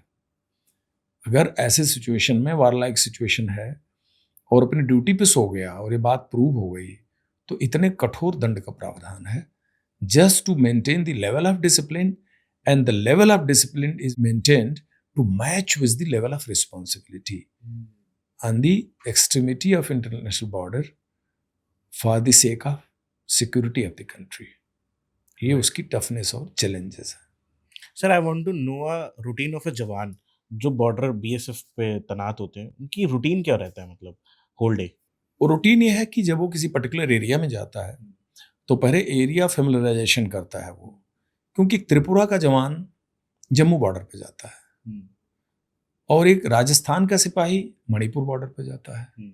ज्योग्राफी देखिए दोनों की कितनी चेंज है, बॉर्डर्स का टोटल कंपोजिशन अलग है, उसकी चुनौतियां अलग हैं, वो उसका खान पान, उस पर्टिकुलर टेम्परेचर में रहने की क्षमता बिल्कुल अलग है। तो पहले तो एरिया फेमिलराइज करता है वो, एरिया फेमिलराइज होना बीएसएफ के जवान के लिए बहुत ही आवश्यक है। अगर वो ऑपरेशनल एरिया की एक एक डिटेल नहीं जानता है तो वो ड्यूटी उससे उतनी अच्छी नहीं हो सकती। सवेरे उसको 5 बजे उठना है, 5 o'clock उठने के बाद वो अपने जो नेचुरल कॉल और जो मॉर्निंग कोरस है कंप्लीट किया और उसका ब्रेकफास्ट उस टाइम रेडी रहेगा। यानी वो नहीं कह सकता कि मुझे इसमें भूख नहीं है, मुझे तो आज नाश्ता 9 बजे करने का मन कर रहा है, मैं तो मैगी खाऊंगा, मुझे टोस्ट बटर चाहिए। No, there is a set menu of the mess which is nutritious food prepared है। कुक उतने बजे उसको चाय नाश्ता जो है रेडी रखेगा, उसको उतने समय पेट भर लेना है। यानी अपनी एपेटाइट इंटेस्टाइन दोनों को उसने टाइम ऑफ ड्यूटी से कोऑर्डिनेट कर रखा है। वो जाएगा ड्यूटी के लिए। कितने बजे ड्यूटी स्टार्ट होती है सर? ड्यूटी उसकी 6 बजे शुरू हो जाएगी। 6 in the morning। मैं बोल रहा हूँ सीमा चौकी के बाहर। अच्छा। सीमा चौकी के अंदर तो 24/7 गार्ड चली रही है सीमा चौकी की रखवाली के लिए, लेकिन चौकी की रखवाली होना, आप अपने बीओपी को सिक्योर कर रहे हैं, लेकिन उसके बाद जो आपकी इंटरनेशनल बॉर्डर पर ड्यूटी है मैं उसकी चर्चा कर रहा हूँ। हथियार लेता है, बायनोकुलर है, कंपास है, मौसम के हिसाब से कपड़े हैं, 2 इंच मोटर है, उसके बम है, राइफल है, ग्रेनेड्स है, कम्युनिकेशन इक्विपमेंट है। अगर बारिश हो रही है तो उसको रेनकोट भी लेना पड़ेगा। वो जाता है ड्यूटी में और ड्यूटी से आता है जाके 1 बजे कहीं 1 या 2 बजे आएगा। वो 8 घंटे की ड्यूटी, कभी कभी स्टैगर करके 6 घंटे की भी करते हैं। ड्यूटी से लौटेगा, लंच करेगा, लंच के बाद वो हल्का नैप कर पाता है। कोई अगर थोड़ा सा नैप कर लिया, नहीं तो उसकी ओपी ड्यूटी ऑब्जर्वेशन पोस्ट पे 4 से 6 चढ़ा देंगे। ओपी ड्यूटी 2 घंटे की ओपी ड्यूटी किया, फिर नाइट एम्बुश के लिए रेडी होगा वो, फिर वो डिनर करेगा। डिनर भी उसको 6 साढ़े 6 बजे कर लेना है। 6:30। हाँ, अगर जाड़े का दिन है तो 5 बजे कर लेना है, क्योंकि जहाँ अंधेरा गिरा, सनलाइट डाउन हुई, उसकी ड्यूटी शुरू है। आपके पेट में जगह है नहीं है, भूख है नहीं है, मतलब आप अपने आप को ट्यून अप करेंगे accordingly, because that is your operation requirement. Then ही सेट्स आउट टू नाका पॉइंट, एम्बुश पॉइंट। पूरे रात का एम्बुश है। अब आप कहेंगे कि 24 घंटा तो ये चल रहा है, तो बीच बीच में 2 दिन 3 दिन के बाद एक ड्यूटी स्टैगर करके थोड़ा हल्का रिलीफ दे दिया जाता है। अच्छा। कि थोड़ी उस दिन वो अपने कपड़े मेंटेन कर ले, साबुन से कपड़े धो ले, सुखा ले, अपने को थोड़ा मेंटेन कर ले और थोड़ा सा रेस्ट रिलीफ उसको विंडो मिल जाए। और ये ड्यूटी उसकी राउंड द क्लॉक चलती रहती। इस बीच में यही नहीं है, उसको सीमा चौकी भी मेंटेन करनी है, सफाई, अपक्लीप, मेंटेनेंस, वेपन का मेंटेनेंस, अपने इक्विपमेंट का मेंटेनेंस, उसके बाद जो अंदर कुछ सोशल सर्विसेज होती हैं वो भी उसको करना पड़ेगा। उसके लिए कोई अलग से लेबर हायर नहीं होती। ये जवान खुद ही अपनी सीमा चौकी का मेंटेनेंस करते हैं। प्रेयर प्लेस है, वहाँ भी 10 मिनट अपना देते हैं, मोर्चे ठीक करते हैं, सैंडबैग भरते हैं, लूफोल बनाते हैं, उसमें फायरिंग का लूफोल बनाएंगे, मोटर है तो मोटर का बनाएंगे, और पूरा अपना बाउंड्री वॉल का जो काम है, तारबंदी है, गेट है, सबको वो मेंटेन करते हैं, अलग से है। और इसके बाद बाहर की ड्यूटी भी है, मूवमेंट भी है, एडमिनिस्ट्रेटिव बैकअप के लिए उनको तैयार होना है। जम्मू स्टेशन जाना है, श्रीनगर एयरपोर्ट जाना है, कन्वाई है, रोड प्रोटेक्शन है, कोई बाहर से स्क्वाड आ रही है उनको वेलकम करना है, उनके लिए लॉजिस्टिक्स देना है, मेडिकल कवर देना है, ये उसकी ड्यूटी का हिस्सा है। उसके बीच में कोई और रूटीन हो ही नहीं सकता। तो सर 24 आवर्स में कितनी देर वो एक्टिव ड्यूटी करता है? पहली बात तो वो सीमा चौकी के अंदर ही रहता है। ओके। सीमा चौकी आप समझ लीजिए कि कोई 100 मीटर बाई 100 मीटर का एक, या 150 मीटर बाई 150 मीटर का एक प्लॉट है। चारों तरफ से बंद बने हुए हैं, अंदर अलग अलग रहने के रिहाइश बनी हुई है, depending upon the area and climate, उसमें वो रहता है। तो देखा जाए तो बीएसएफ जवान 24/7 ऑपरेशनल सिचुएशन में ही रेस्ट लेता है, और रेस्ट भी ले रहा है तो क्रॉस बॉर्डर फायरिंग चल रही है। मान लीजिए कि आप जहां सोए हैं, बुलेट्स आ रही हैं, वो कागज में है कि ये आपको सोने का टाइम है, सो लो, सोएगा वो नहीं सो सकता, मतलब उसका पीस टाइम है ही नहीं। आदमी पीस टाइम उसको मानता है कि उस सिचुएशनल चैलेंजेस से हटके उसको कोई एक्सक्लूसिव रेस्ट एंड रिलीफ मिला है, वो है नहीं। वो इस ऑर्गेनाइजेशन में किसी के हिस्से में नहीं है, क्योंकि आपको ड्यूटी तो वहीं देनी है ना। हम तो एक्टिव कह रहे हैं कि ठीक है, सीमा चौकी के बाहर निकल के आप जो एक्सट्रीम बॉर्डर पर ड्यूटी दे रहे हो वो इतने इतने घंटे की है, लेकिन वहां से चल के 500 मीटर 1 किलोमीटर जब पोस्ट के अंदर आ रहा है वो भी एक्टिव है। तो पूरा ही एक्टिव है, नॉन एक्टिव फेज ही नहीं है। 5 घंटा सो लिया, 4 घंटा सो लिया, 6 घंटे की भी नींद आ जाती है, ऐसा भी होता है। बट उसी तरह से अपने आप से जवान उसको ढाल लेता है। सर बीएसएफ का रोल बॉर्डर्स पे है और हमारे बॉर्डर्स पे भी आपने बताया दैट बड़े डिफरेंट क्लाइमेट्स कंडीशन बदल जाती है थोड़ी देर में। अगर बात करें तो थार डेजर्ट है और अगर उधर चले जाएं तो उधर ग्लेशियर चालू हो जाते हैं। अब टेम्परेचर इतना ज़्यादा अलग-अलग होता है। सर एक jawan actually I want to know that आपने ग्लेशियर में कभी करा है सर? जी। सर जब ग्लेशियर में जाते हैं तो जो वेदर कंडीशन होती है सर वो इतनी हार्श होती है एक नॉर्मल इंसान के लिए बिकॉज़ उतनी हाई एल्टीट्यूड्स पे कभी सर्व करा नहीं है तो आदत भी नहीं है सांस लेने की एंड क्लाइमेट कंडीशन इतनी वर्स है उधर एक्चुअली एक ग्लेशियर की कंडीशन क्या होती है जब उधर एक जवान होता ग्लेशियर की कंडीशन है कि टेम्परेचर बहुत लो होता है, राइट फ्रोजन होता है पूरी, स्नो स्टार्म चलते हैं और स्नो स्टार्म फिर बर्फ में चेंज होते हैं, बर्फ सॉलिडिफाई होकर के एकदम ग्लासी आइस बन जाता है, स्नो आइस में कन्वर्ट हो जाता है। जिन बंकरों में लड़के रहते हैं उनके ऊपर भी बर्फ जम जाती है। कई बार तो इतनी जम जाती है कि बंकर के बाहर इनको शॉवेल या बिल्कुल फावड़े से फट्टे से बर्फ अगर ना हटाएं तो ये बर्फ के नीचे खुद भी दब जाते हैं। ऐसी भी घटना होती है।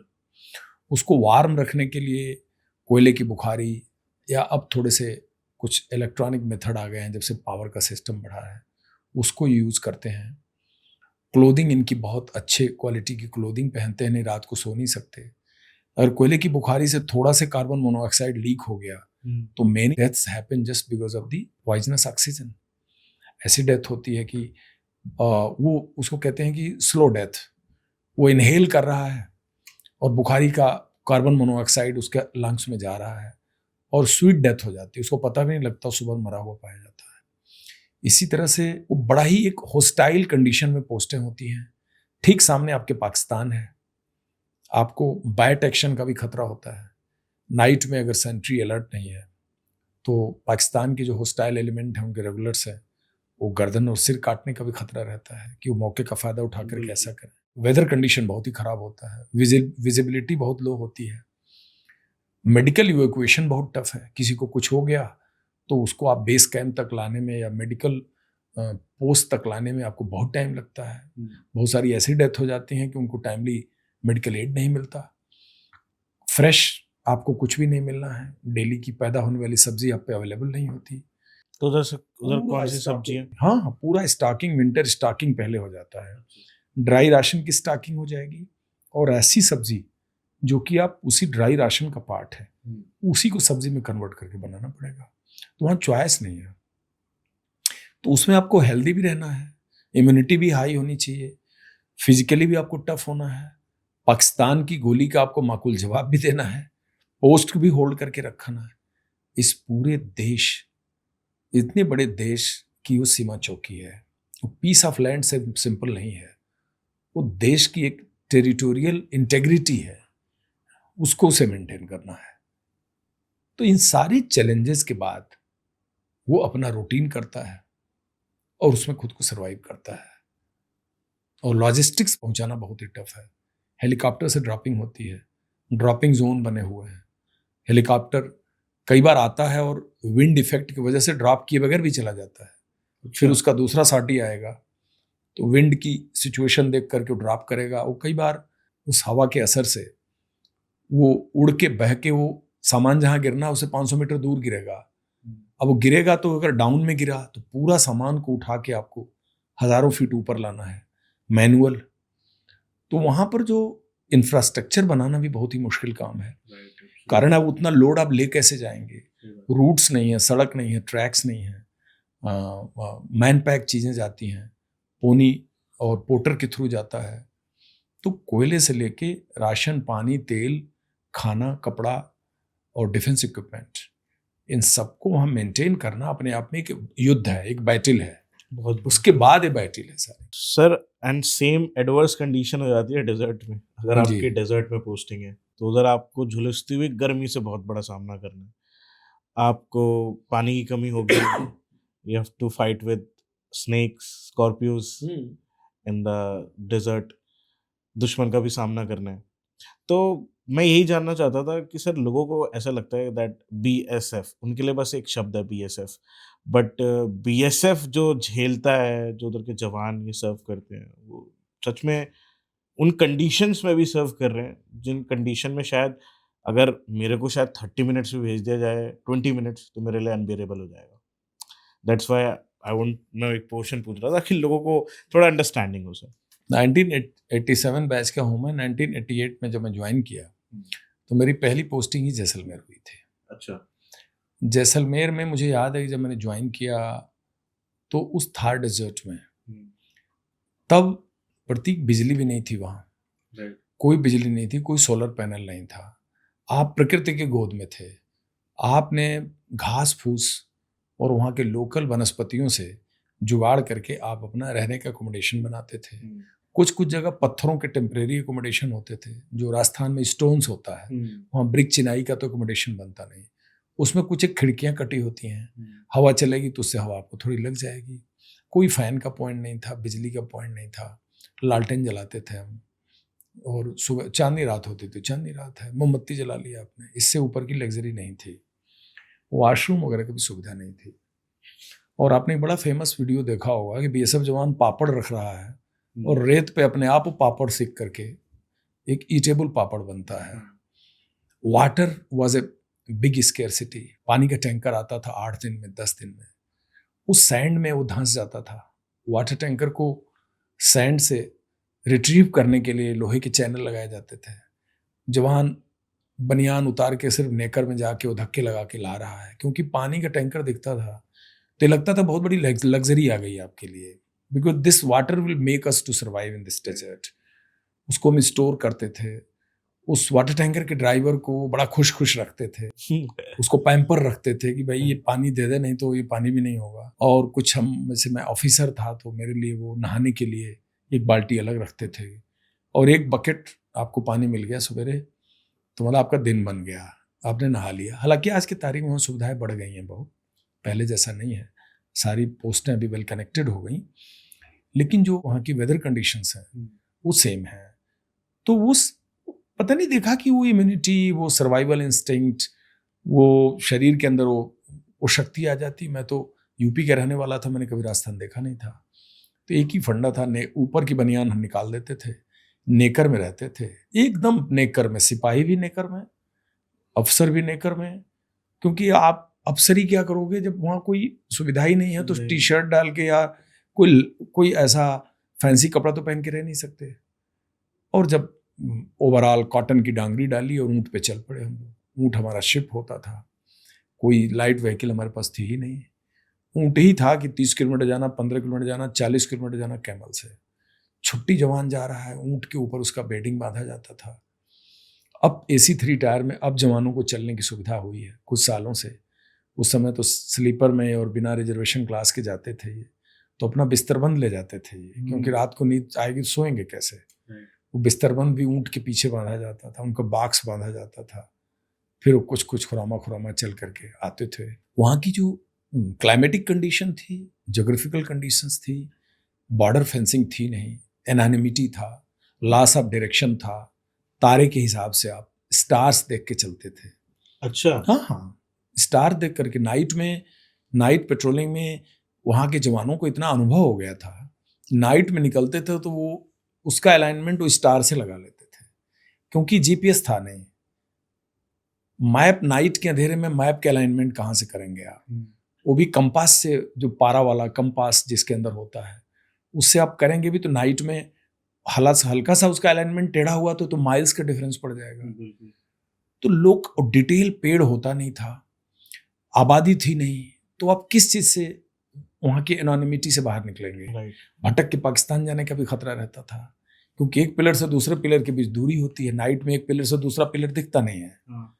और जब तक आप ग्राउंड की असली वाकिफियत नहीं है, तो खेजड़ी, वहाँ के केर के पेड़ होते थे, खेजड़ी के पेड़ होते थे, ढाक के पेड़ होते थे जो कि रेत में होते हैं, कुछ उनका, कुछ सैंड्यून की सिधाई लेके, कुछ जिसको कहते हैं ना मेंटल मैप।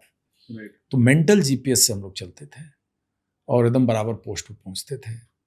टीले के ऊपर चढ़ते थे तो कुछ दिखता था, चाहे ग्रे दिख रहा है, वो शायद हमारी पोस्ट होगी। डाउन में गए सैंड ड्यून, क्योंकि वहाँ सैंड ड्यून साउथ वेस्ट से नॉर्थ ईस्ट की डायरेक्शन में बने हैं। अच्छा। जैसा कि आपको तो पता है, अरेबियन सी से जो मानसून उठता है, तो थार डेजर्ट के बनने का रीजन ही है जोग्राफिकल, कि अरेबियन सी से जो मानसून उठता है, तो अरावली की पहाड़ी एक्सियल है, यानी एलोंगेटेड है, उसको ऑब्स्ट्रक्ट नहीं करती, टी पॉइंट नहीं बनाती, यानी अलोंग द विंड है वो, उसका भी बसाव जो है साउथ वेस्ट से नॉर्थ ईस्ट की तरफ। तो मानसून अरावली को ऊपर ऊपर उड़ जाता है, इसीलिए थार में बारिश नहीं होती, क्योंकि पहाड़ उसको ऑब्स्ट्रक्शन नहीं बनाता। जब तक मानसून पहाड़ से टकराएगा नहीं, बारिश नहीं होगी। तो that is the reason why that is the Thar desert. तो वहां के जो सैंड ड्यून है, जो रेत के डोरे बने हुए हैं, उनकी दिशा भी ऐसे ही है, क्योंकि हवा उस डायरेक्शन में बहती है, तो वहां के सैंड का फॉर्मेशन भी वैसे ही हो रखा है, उसी फॉर्मेशन पे। तब तक अचानक 70 डिग्री ऊपर चढ़ रहे हैं, अचानक हम 70 डिग्री डाउन जा रहे हैं, फिर ऊपर चढ़ रहे हैं, डाउन जा रहे हैं। जैसे चैनल होता है ना, CGI शीट के चैनल, ऐसे हैं वहाँ के डोरे। सर उधर LOC बोलते हैं, line of control. Line of control Kashmir में है। अच्छा, लाइन ऑफ कंट्रोल कश्मीर में। तो जो उधर फेंसिंग होती है, मैंने ऐसे फिल्मों में दिखाया गया कि दैट उधर जवान चलते रहते हैं, मार्च करते रहते हैं। ये एक्चुअल ऐसी होता है? ये जो लाइन ऑफ कंट्रोल है, उसमें कुछ पार्ट में फेंसिंग है, कुछ पार्ट में फेंसिंग नहीं है। अच्छा। कुछ पार्ट में फेंसिंग जहाँ नहीं है, उसका रीजन है कि वहाँ फेंसिंग हो ही नहीं सकता। अच्छा, क्योंकि भौगोलिक बनावट ऐसी है कि वहाँ आप तारकांटा नहीं लगा सकते।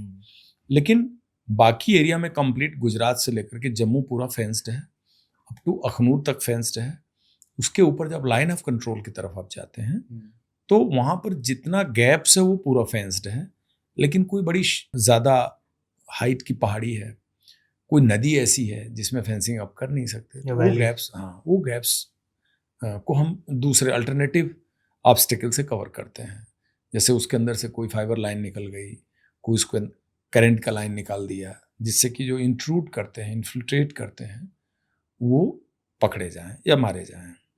बट पूरे LOC पे तारबंदी लगाना संभव नहीं है, उसकी बनावट ऐसी है, टफ एरिया है वो। ओके, तो जहाँ पे जैसे तार नहीं है उधर से तो बहुत चांसेस है कि बिल्कुल इन्फिल्ट्रेशन होता ही वहाँ से है। जो घुसपैठ या इन्फिल्ट्रेशन शब्द आप सुनते हैं, उसका सोर्स ही वही है।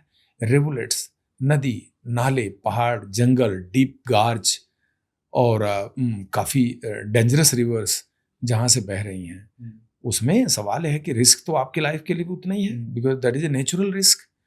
उन्हीं गैप्स का खराब मौसम में फ़ायदा उठा करके और पाकिस्तानी रेगुलर आर्मी के फायर के कवर के तहत ये लोग आतंकवादी लोग इन्फिल्ट्रेट करने की कोशिश करते हैं। तो वो एरिया काफ़ी चैलेंजिंग है। Okay, I want to know, जब आप बॉर्डर पे तैनात रहते हो, तो सर ऑफिसर को भी ये ड्यूटी करनी पड़ती है बॉर्डर पे, या फिर सिर्फ जवान करते हैं? ऑफिसर को भी करनी पड़ती है।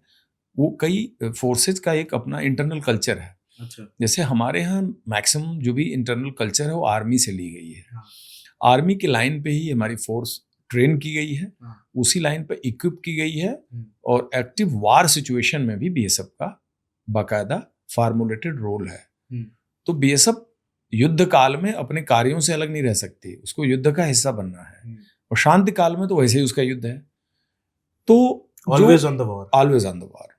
अब फर्स्ट लाइन ऑफ डिफेंस है BSF। अब सवाल है कि अफसर पार्टिसिपेट करते हैं, जवान ही। तो जो आर्मी में आपने देखा होगा, आर्मी के कल्चर में सेकंड लेफ्टिनेंट से ही लीड करेगा, पेट्रोल है, कोई भी छोटी ऑपरेशनल टीम है, second lieutenant, captain, major, lieutenant colonel, ये सब लोग लीड करते हैं। यानी आप जूनियर रैंक के ऊपर ये कार्य नहीं छोड़ते और आप बैठे रह जाते हैं, ये कल्चर हमारे यहाँ नहीं है। मतलब सबको इक्वली पार्टिसिपेट करना है। हाँ ठीक है, उसका ओहदा अलग है, ओहदा उसका अलग है, उसका लेवल ऑफ रिस्पॉन्सिबिलिटी अलग है, लेकिन उसको रियल टाइम सिचुएशन में उसका हिस्सा बनना है। रियल टाइम सिचुएशन में उससे अपने आप को अलग नहीं कर सकता। यह बेटर नेतृत्व देने के लिए, अच्छे रिजल्ट के लिए और जवानों को मोटिवेट करने के लिए ये बहुत ज़रूरी भी है। क्योंकि अगर ऑफिसर लीड कर रहा है ना कोई भी ऑपरेशनल टीम, तो उसका अलग ही रिजल्ट होता है, जवानों का हौसला बहुत बढ़ा रहता है कि हमारा ऑफिसर है साथ में। ये बहुत बड़ा फैक्टर है। क्या क्या वेपन्स होते हैं एक जवान के पास पेट्रोलिंग करते टाइम? देखिए, BSF में जो वेपन्स हैं वो टोटल आर्मी लाइन पे हैं। अच्छा। यानी भारतीय सेना के बारे में जो हथियार आप इमेजिन कर सकते हैं, वो सारे हथियार BSF के पास होते हैं।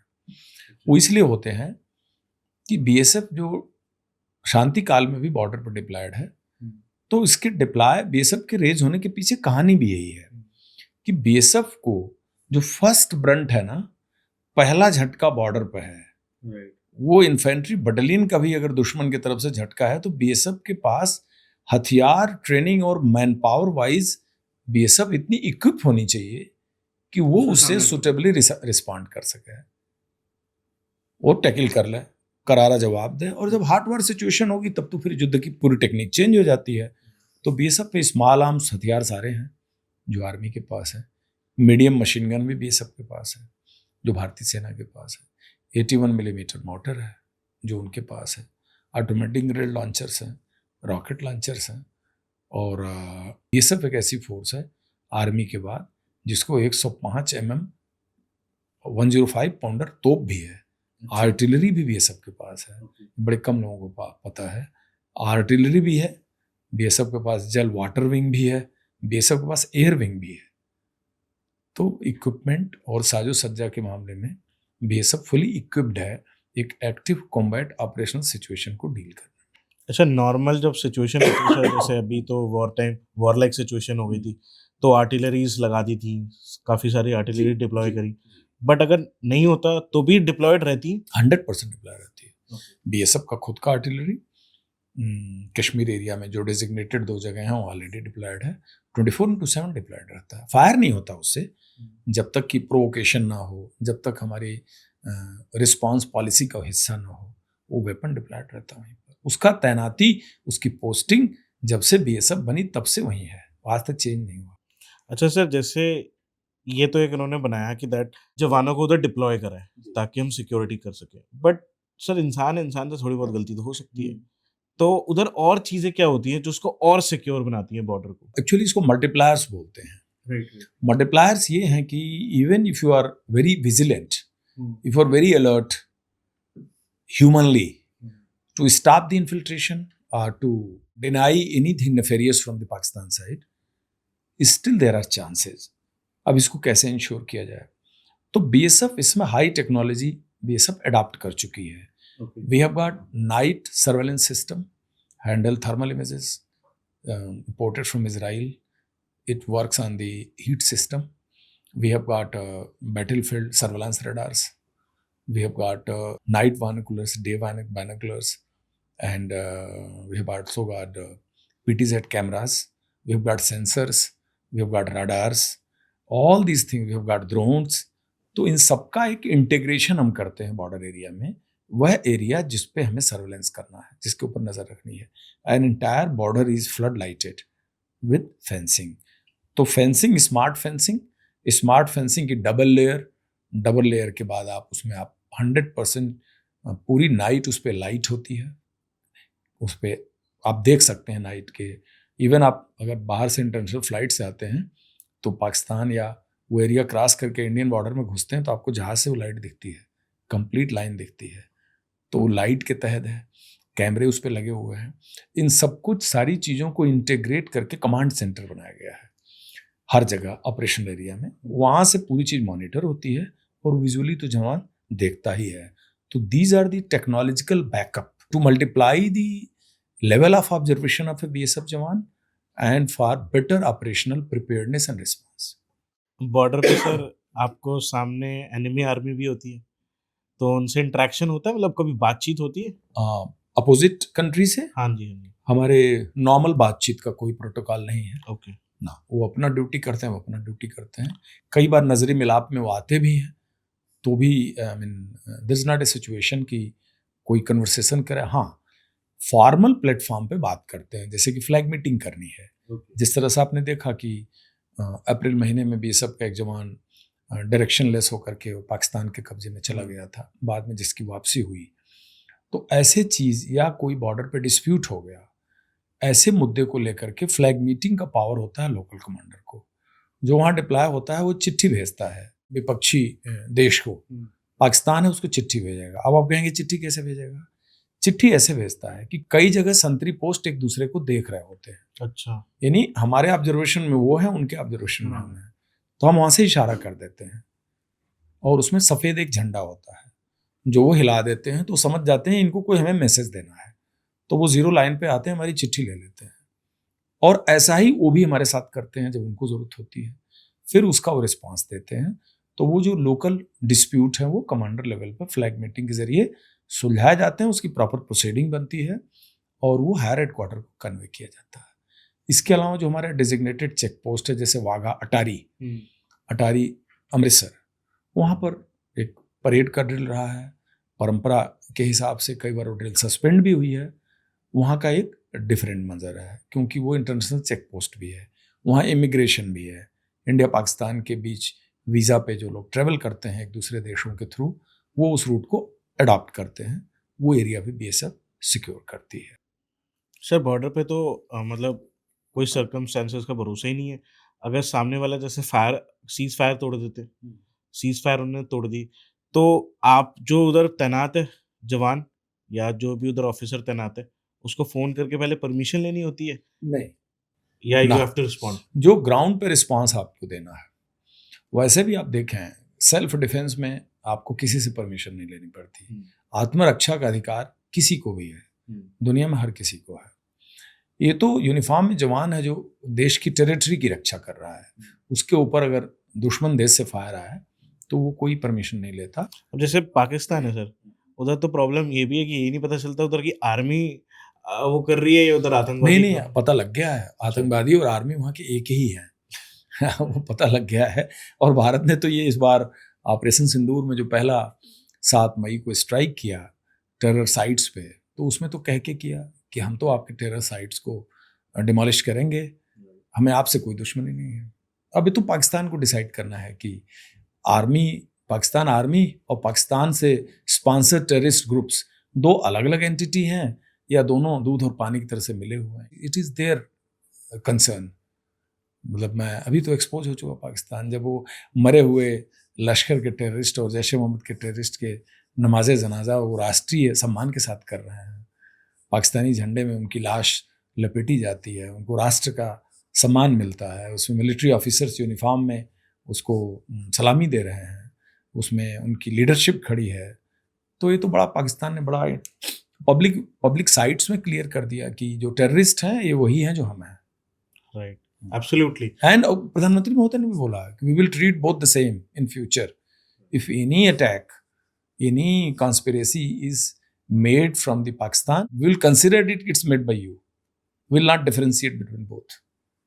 सर बीएसएफ के किस्से आपके काफ़ी मशहूर रहे, फिल्म बनी, आप एनआईए में भी थे, नेशनल इंटेलिजेंस, आपने उसमें बहुत साथ दिया देश का, आपने उसमें सर्व करा डिपार्टमेंट में। सर एनआईए का वर्क कैसे होता है, क्या काम करती है NIA? That is a national investigation agency. It was formed after Mumbai attack 26/11.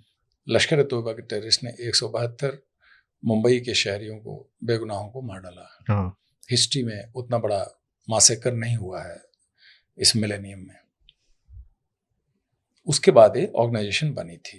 यह भारत की केंद्रीय जांच एजेंसी है जो नेशनल और इंटरनेशनल महत्व के आतंकवाद से संबंधित केसेस को इन्वेस्टिगेट करती है। मुख्यालय दिल्ली में है, पूरे भारत में इसके ऑफिस है। वहाँ पर काम करने का जो सबसे बड़ा अनुभव ये रहा कि पर्दे के पीछे मीन्स एक कॉम्बेटेंट लाइफ में आपको एक टेररिस्ट दिखता है, एक फुट सोल्जर दिखता है, उसके हाथ में गन होती है, उसके हाथ में एक एलएमजी होती है, वो आप पे फायर करता है या छुपा होता है, आप उसको मारते हैं, etcetera etcetera. That is a combatant life. इस फुट सोल्जर को, इस मुजाहिद को उस मुकाम तक लाके खड़ा करने के पीछे एक पूरी प्रोसेस है, राइट, जिसमें कि मोटिवेशन है, ट्रेनिंग है, हायरार्की है, लॉन्चिंग पैड है, कमांडर्स हैं, फाइनेंस है, पैसा है, उसके फैसिलिटेटर्स हैं। वो पूरा एक कॉन्स्पिरेसी पार्ट है। तो एनआईए में रह के सबसे बड़ा जो मुझे सीखने को मिला कि कॉन्स्पिरेसी पार्ट की ट्रेल, उसकी रूट्स कहाँ तक हैं, वो जानने का मौका मिला, which was a very wonderful experience.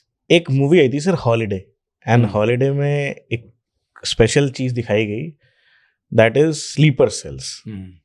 Sleeper cells से के बारे में उससे पहले हमें इतना जानकारी थी नॉर्मल सिटीजन को, हमें पता भी नहीं होता स्लीपर सेल नाम की भी कोई चीज होती है। जी। पर उधर से पता चला कि कुछ ऐसा भी होता है सर स्लीपर सेल्स क्या होते हैं, हाउ दे वर्क, उनका उद्देश्य क्या है, why they call sleeper cells? Sleeper cells इसलिए कहते हैं कि ये वो कंपोनेंट हैं हाँ। टेररिज्म को फैसिलिटेट करने के लिए, जो आम परिस्थितियों में वो चुपचाप अपने पोजीशन में पड़े हुए होते हैं। यानी वो एक्टिव टेररिज्म या एक्टिव एक्टिविटी करते हुए आपको नहीं दिखेंगे। They are trained, they are equipped, they are prepared for a particular role when it will be conveyed like this. तो उस पीरियड में वो जहां होते हैं नॉर्मल अपना काम धाम करते होते हैं, मतलब एक नॉर्मल व्यक्ति की तरह जीते आप रहेंगे। स्लीपर सेल हो सकते हैं, मैं स्लीपर सेल हो सकता हूं, लेकिन जिससे कि आम पब्लिक के अंदर उसकी आइडेंटिटी रिवील ना हो। लेकिन जिस दिन उस तंजीम, उस आउटफिट को उसकी सर्विसेज की जरूरत होगी, वो उसको एक्टिवेट कर देगा। अच्छा। टास्क बेस्ड एक्टिवेट करेगा, वो अपना टास्क करेगा। उसका टास्क कई चीज हो सकता है। उसका टास्क हो सकता है वेपन की डिलीवरी लेना, उसका टास्क हो सकता है वेपन को पॉइंट ए से पॉइंट बी पे पहुंचाना, उसका टास्क हो सकता है एक पाकिस्तानी टेररिस्ट को निजामुद्दीन पुल से लेना, अपनी कार में बिठाना, उसका टास्क हो सकता है इसको बिठाने के बाद जामा मस्जिद के पास छोड़ के आ जाओ, उसका टास्क हो सकता है कि उसको फूड पहुंचा दो, उसका टास्क हो सकता है वायरलेस सेट पहुंचा दो, अम्युनिशन पहुंचा दो, ग्रेनेड पहुंचा दो। उसका ये भी टास्क हो सकता है कि इसको खाली कवर दो, गाड़ी में ले जाओ, तुम कुछ मत करो। ट्रैफिक वाला, पुलिस वाला रोकेगा तो आप एक झूठा परिचय देके कवर अप करो, मौसी का बेटा है, चाचा का बेटा है, या आप उसे पॉइंट ए से पॉइंट बी लखनऊ लेके चले जाओ ट्रेन में। तो sleeper cells have got a varied role and they come into action only when they are desired to act like this, and for the rest of the time they are doing their normal work, so they are not in the public eyes कि ये कोई suspect है, ये potential threat है security के लिए, और वो अपने दिए हुए वक्त पे अपना रोल पूरा करते हैं। तो they are very dangerous people, they are very dangerous people, already prepared asset inside the country who can be used for terror purpose at the will, at the desire. Sir तो इस sleeper cell का part तो powerful लोग भी होते होंगे? हाँ, हो सकते हैं, हो सकते हैं, हो सकते हैं। इसमें कोई स्टेटस नहीं है। Anybody can choose to become part of sleeper cell. मतलब एक पॉलिटिशियन भी इसका पार्ट हो सकता है, पॉलिटिशियन हो, any person having that bent of mind. तो मतलब बहुत फैसिनेटिंग है सर कि मतलब आपके देश का एक पॉलिटिशियन है, वो उसको सारे पावर आपके देश ने दी है, सैलरी आपका देश दे रहा है, हर चीज आपका देश है, बट वो सिर्फ पैसों के लिए काम करते हैं? नहीं, ऐसा नहीं है पैसों के लिए लोग कर रहे हैं। या आइडियोलॉजी होता है स्लीपर सेल में। आइडियोलॉजी है, रेडिकल थॉट प्रोसेस है, एंटी इंडिया फीलिंग है, एंटी नेशनल फीलिंग है, प्रो पाकिस्तान फीलिंग है, ये सारे वजह हो सकते हैं। ओके। अच्छा सर, एनआईए के अधिकारियों या एनआईए के ऑफिसर्स के पास क्या पावर्स रहती हैं? It's a complete power designated under the NIA Act. Power of arrest, power of seizure of property, to investigate the case, to submit the charge sheet in the special court of law, NIA court, to conduct the trial so that the case reaches to a final destination, and to ensure that punishment is awarded, case is convicted, and also to complete proactive intelligence to preempt the terror attacks. Terror attack ना हो उसकी पूर्व सूचना दाखिल करना, terror attack हो गया तो इन्वेस्टिगेट करके उसे जड़ तक जाना, और as per NIA act arrest and seizure की जो पावर है वो कंप्लीट है, दी हुई है। That is already specified in NIA act, जिसको अनलॉफुल एक्टिविटी प्रिवेंशन एक्ट से ही बनाया हुआ वो एक्ट, और उसमें टाइम टू टाइम अमेंडमेंट होते रहते हैं केस के हिसाब से।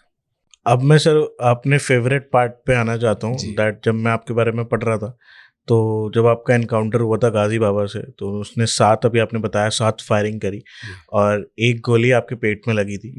And I was shocked to know कि दैट आपकी जो लार्ज इंटेस्टाइन है उसको ही हटाना पड़ा। जी। I want to know the story sir. वो गोली दाहिने से लगी पेट में और वो अंदर ही लॉज्ड हो गई, अभी भी अंदर है। अच्छा। तो लेफ्ट ग्रेटर सियोटिक नाच के ऊपर फंसी हुई है वो।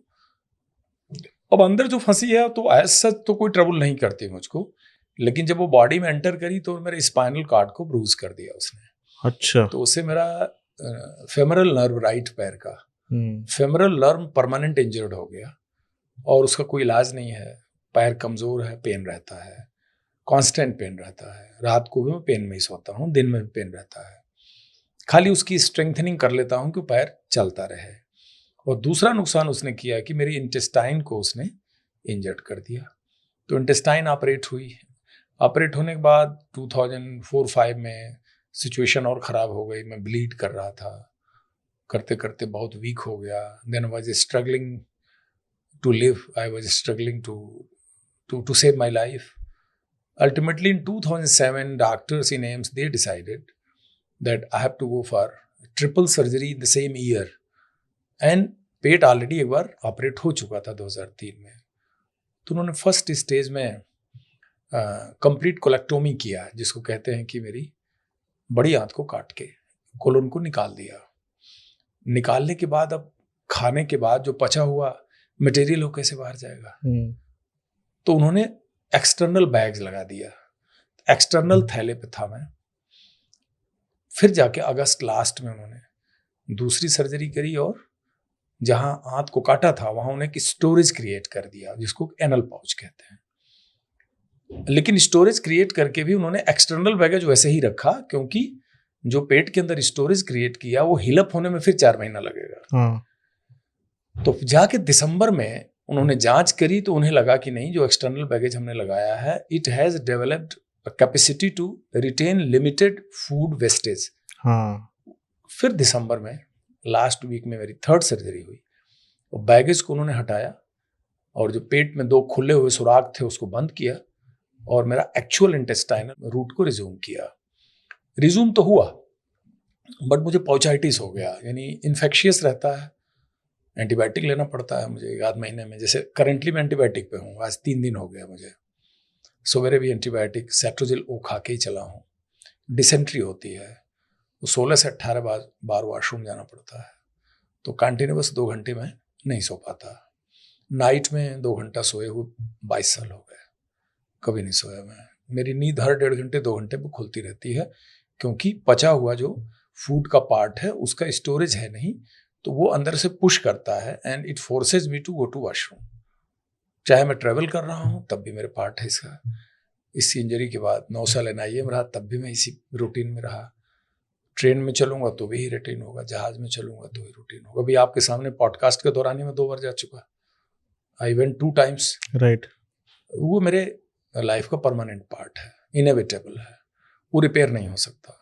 और एक गोली जो अंदर लॉज्ड है उस वजह से मेरी MRI मैग्नेटिक रेजोनेंस इमेजेस का टेस्ट नहीं हो सकता, क्योंकि वो मैग्नेटिक फील्ड में सैंपल बुलेट मूव कर गई थी। तो just to avoid any danger inside internal organ, doctors have certified that I should not put under MRI test in future for anything. तो these are the permanent complications. हाथ तो चलो limited काम करने के लिए हो गया, इससे लिमिटेड वर्क कर लेते हैं and I am living with whatever is left in the life. आपको कभी दुख नहीं हुआ कि दैट मेरे साथ अब इतनी प्रॉब्लम हो गई है? क्योंकि डॉक्टर्स ने जब आपको बताया होगा और स्टार्टिंग में तो डराया भी होगा कि ये हो जाएगा, अब ऐसा हो जाएगा, अब तुम, कभी कभार डॉक्टर इतना डरा देते हैं कि इंसान जीने की अभिलाषा ही थोड़ा खो देता है। आपके साथ ये हुआ था? मुझे जब इतनी गोलियां लगी तो मुझे मतलब पहला तो ये हुआ कि लाइफ बच जाए, मेरा अचीवमेंट है। तो कहते हैं ना कि जब आप जिंदगी की दुआ मांग रहे होते हैं, जिंदगी बचाने के लिए प्रार्थना कर रहे होते हैं, तो शरीर में जितना भी नुकसान हुआ होता है ना वो आप किनारे कर देते हैं, मान के चलते हैं लाइफ बच गई। दूसरा, जब मैं ऑपरेशन थिएटर में घुसा तो मैं सोच रहा था कि मिनिमम मेरा राइट हैंड तो काट देंगे। तो फिर मैं देखा लेफ्ट हैंड ठीक है, तो मैंने चलो एक हाथ है, एक काट भी देंगे तो फर्क नहीं पड़ता। लेकिन जब मैं एनेस्थीसिया से होश में आया तो देखा राइट हैंड काटा नहीं है, फिक्सेटर पे है। फिर जब तक हाथ हील नहीं हो गया नेक्स्ट 5-6 मंथ में, तब तक डॉक्टर्स वरीड थे, क्योंकि उनको इन्फेक्शन का डर होता था। उसके बाद देखा नहीं तो हाथ भी नहीं कटा, बच गया। फिर देखा नहीं हाथ फंक्शनल नहीं है, फिर सोचा नहीं थोड़ा तो फंक्शनल है। और मैं जो बच गया ना उससे बहुत खुश रहता हूँ, जो चला गया उसका मेरे को कोई शौक नहीं है। जो बच गया उससे आज मैं आपके सामने खड़ा होकर ये बात कह इसलिए रहा हूँ, मैं जिंदा हूँ। मेरा साथी शहीद बलवीर सिंह को एक ही गोली लगी, वो अपनी कहानी सुनाने के लिए नहीं अवेलेबल है यहाँ। राइट। तो ती सर्वनाशे ही उत्पन्ने अर्धम त्यजति पंडिता। जब सर्वनाश की स्थिति आए तो जो आपके पास आधा बच जाता है ना, समझदार लोग उस आधे से खुश होते हैं। तो आज मैं 22 साल से अलाइव हूँ। इसके बाद 9 साल मैंने NIA में काम किया और उससे अच्छे अच्छे काम किए उसके बाद, with the same incapacitated body, with same disability, permanent disability. Family को मैं लुक आफ्टर कर पाया, सोसाइटी के बीच रह पाया, डिपार्टमेंट में इतने दिन काम किया। भगवान आगे और भी अच्छा रखेगा। तो जो चला गया या जो मेरे साथ परमानेंट, हाँ तकलीफें होती है, रात को सो नहीं पाते, एंटीबायोटिक ले रहा हूँ अभी आज 3 दिन हो गया, 6 गोली खा चुका, क्योंकि कपड़े खराब होते हैं बहुत ज़्यादा नाइट में, बेडशीट खराब हो जाती है, पैडिंग करता हूँ, बताता नहीं हूँ, लाइट बिना जलाए चुपचाप गए बाथरूम में। अब मैंने अपने आप एक रात के लिए भी गोरखपुर परसों रात गया था, 2-3 एक्स्ट्रा कपड़े लेके गए। ये सब प्रॉब्लम तो मेरे साथ होती है। किसी के घर अगर गए तो थोड़े टिश्यू पेपर वगैरह लगा लेता हूँ कि जिससे कोई उसके लिनन वगैरह न खराब हो जाए। वो प्रॉब्लम मेरे सबसे ज़्यादा वही है। दर्द है तो चलिए, दर्द तो अडॉप्ट कर लेगा। तो डॉक्टर्स कहते हैं कि जब तक चल रहा है इसको चलाओ, क्योंकि अगर ये ऊपर वाला ना करे कि ये कुछ और प्रॉब्लम मेरे को हो, खास करके चूंकि इन्फेक्शन रहता है पाउचाइटिस में, एक्सटर्नल चीज लगी हुई है ना पेट में, तो चलती रहे। तो लाइफ अगर ऐसे भी चल रही है तो I am more than happy. It should not deteriorate. बस यही है सर। आप के साथ जब ये हुआ, क्या उस दिन या उसके बाद भगवान के अस्तित्व का आपको एहसास हुआ? हाँ बिल्कुल हुआ। मैं वैसे भी बहुत ज़्यादा यकीन रखता हूँ। एहसास ही हुआ कि अगर ईश्वर खड़ा है और आपकी ज़िंदगी बचनी है तो 7-8 गोली भी आपके लिए सफिशिएंट नहीं है।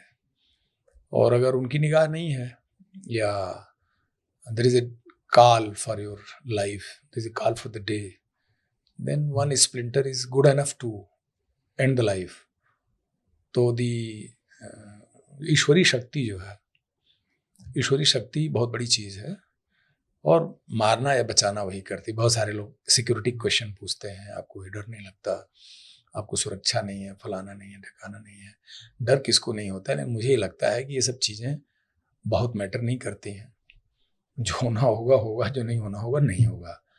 ठीक है, एक नॉर्मल जो एक दस्तूर है वो हर आदमी को अपना प्रिकॉशन लेना चाहिए, but you can hoodwink the death, I don't believe in that. And you can buy your life, I don't believe that. Life is a precious gift. Once awarded to you, nobody can stop you from living, and it cannot be extended. इतना जरूर believe है कि life बढ़ती जरूर है अच्छे कामों से, पॉजिटिव थिंकिंग से। लॉन्गेटिविटी ऑफ द लाइफ बढ़ती है, ये मैं इसमें मेरा फर्म विश्वास है। कि पर्सनली भी लाइफ में मैं बड़ा हेल्पिंग रहता हूँ, बड़ा सपोर्टिव रहता हूँ, अच्छा सोचता हूँ। कई बार लोग कहते हैं कि आप अपने जो वेल विशर नहीं है उनके लिए भी अच्छा सोचते हो। मुझे अच्छा लगता है सुन करके।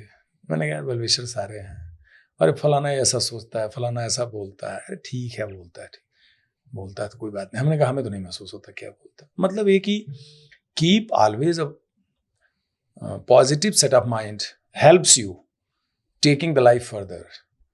And if we are bogged down in negativity and only to keep on thinking कि नहीं ये खराब है, ये गलत है, इसको ये नहीं करना, इसने मुझे ऐसा कहा है तो इसके लिए मैं ऐसा करूँगा, doesn't pay.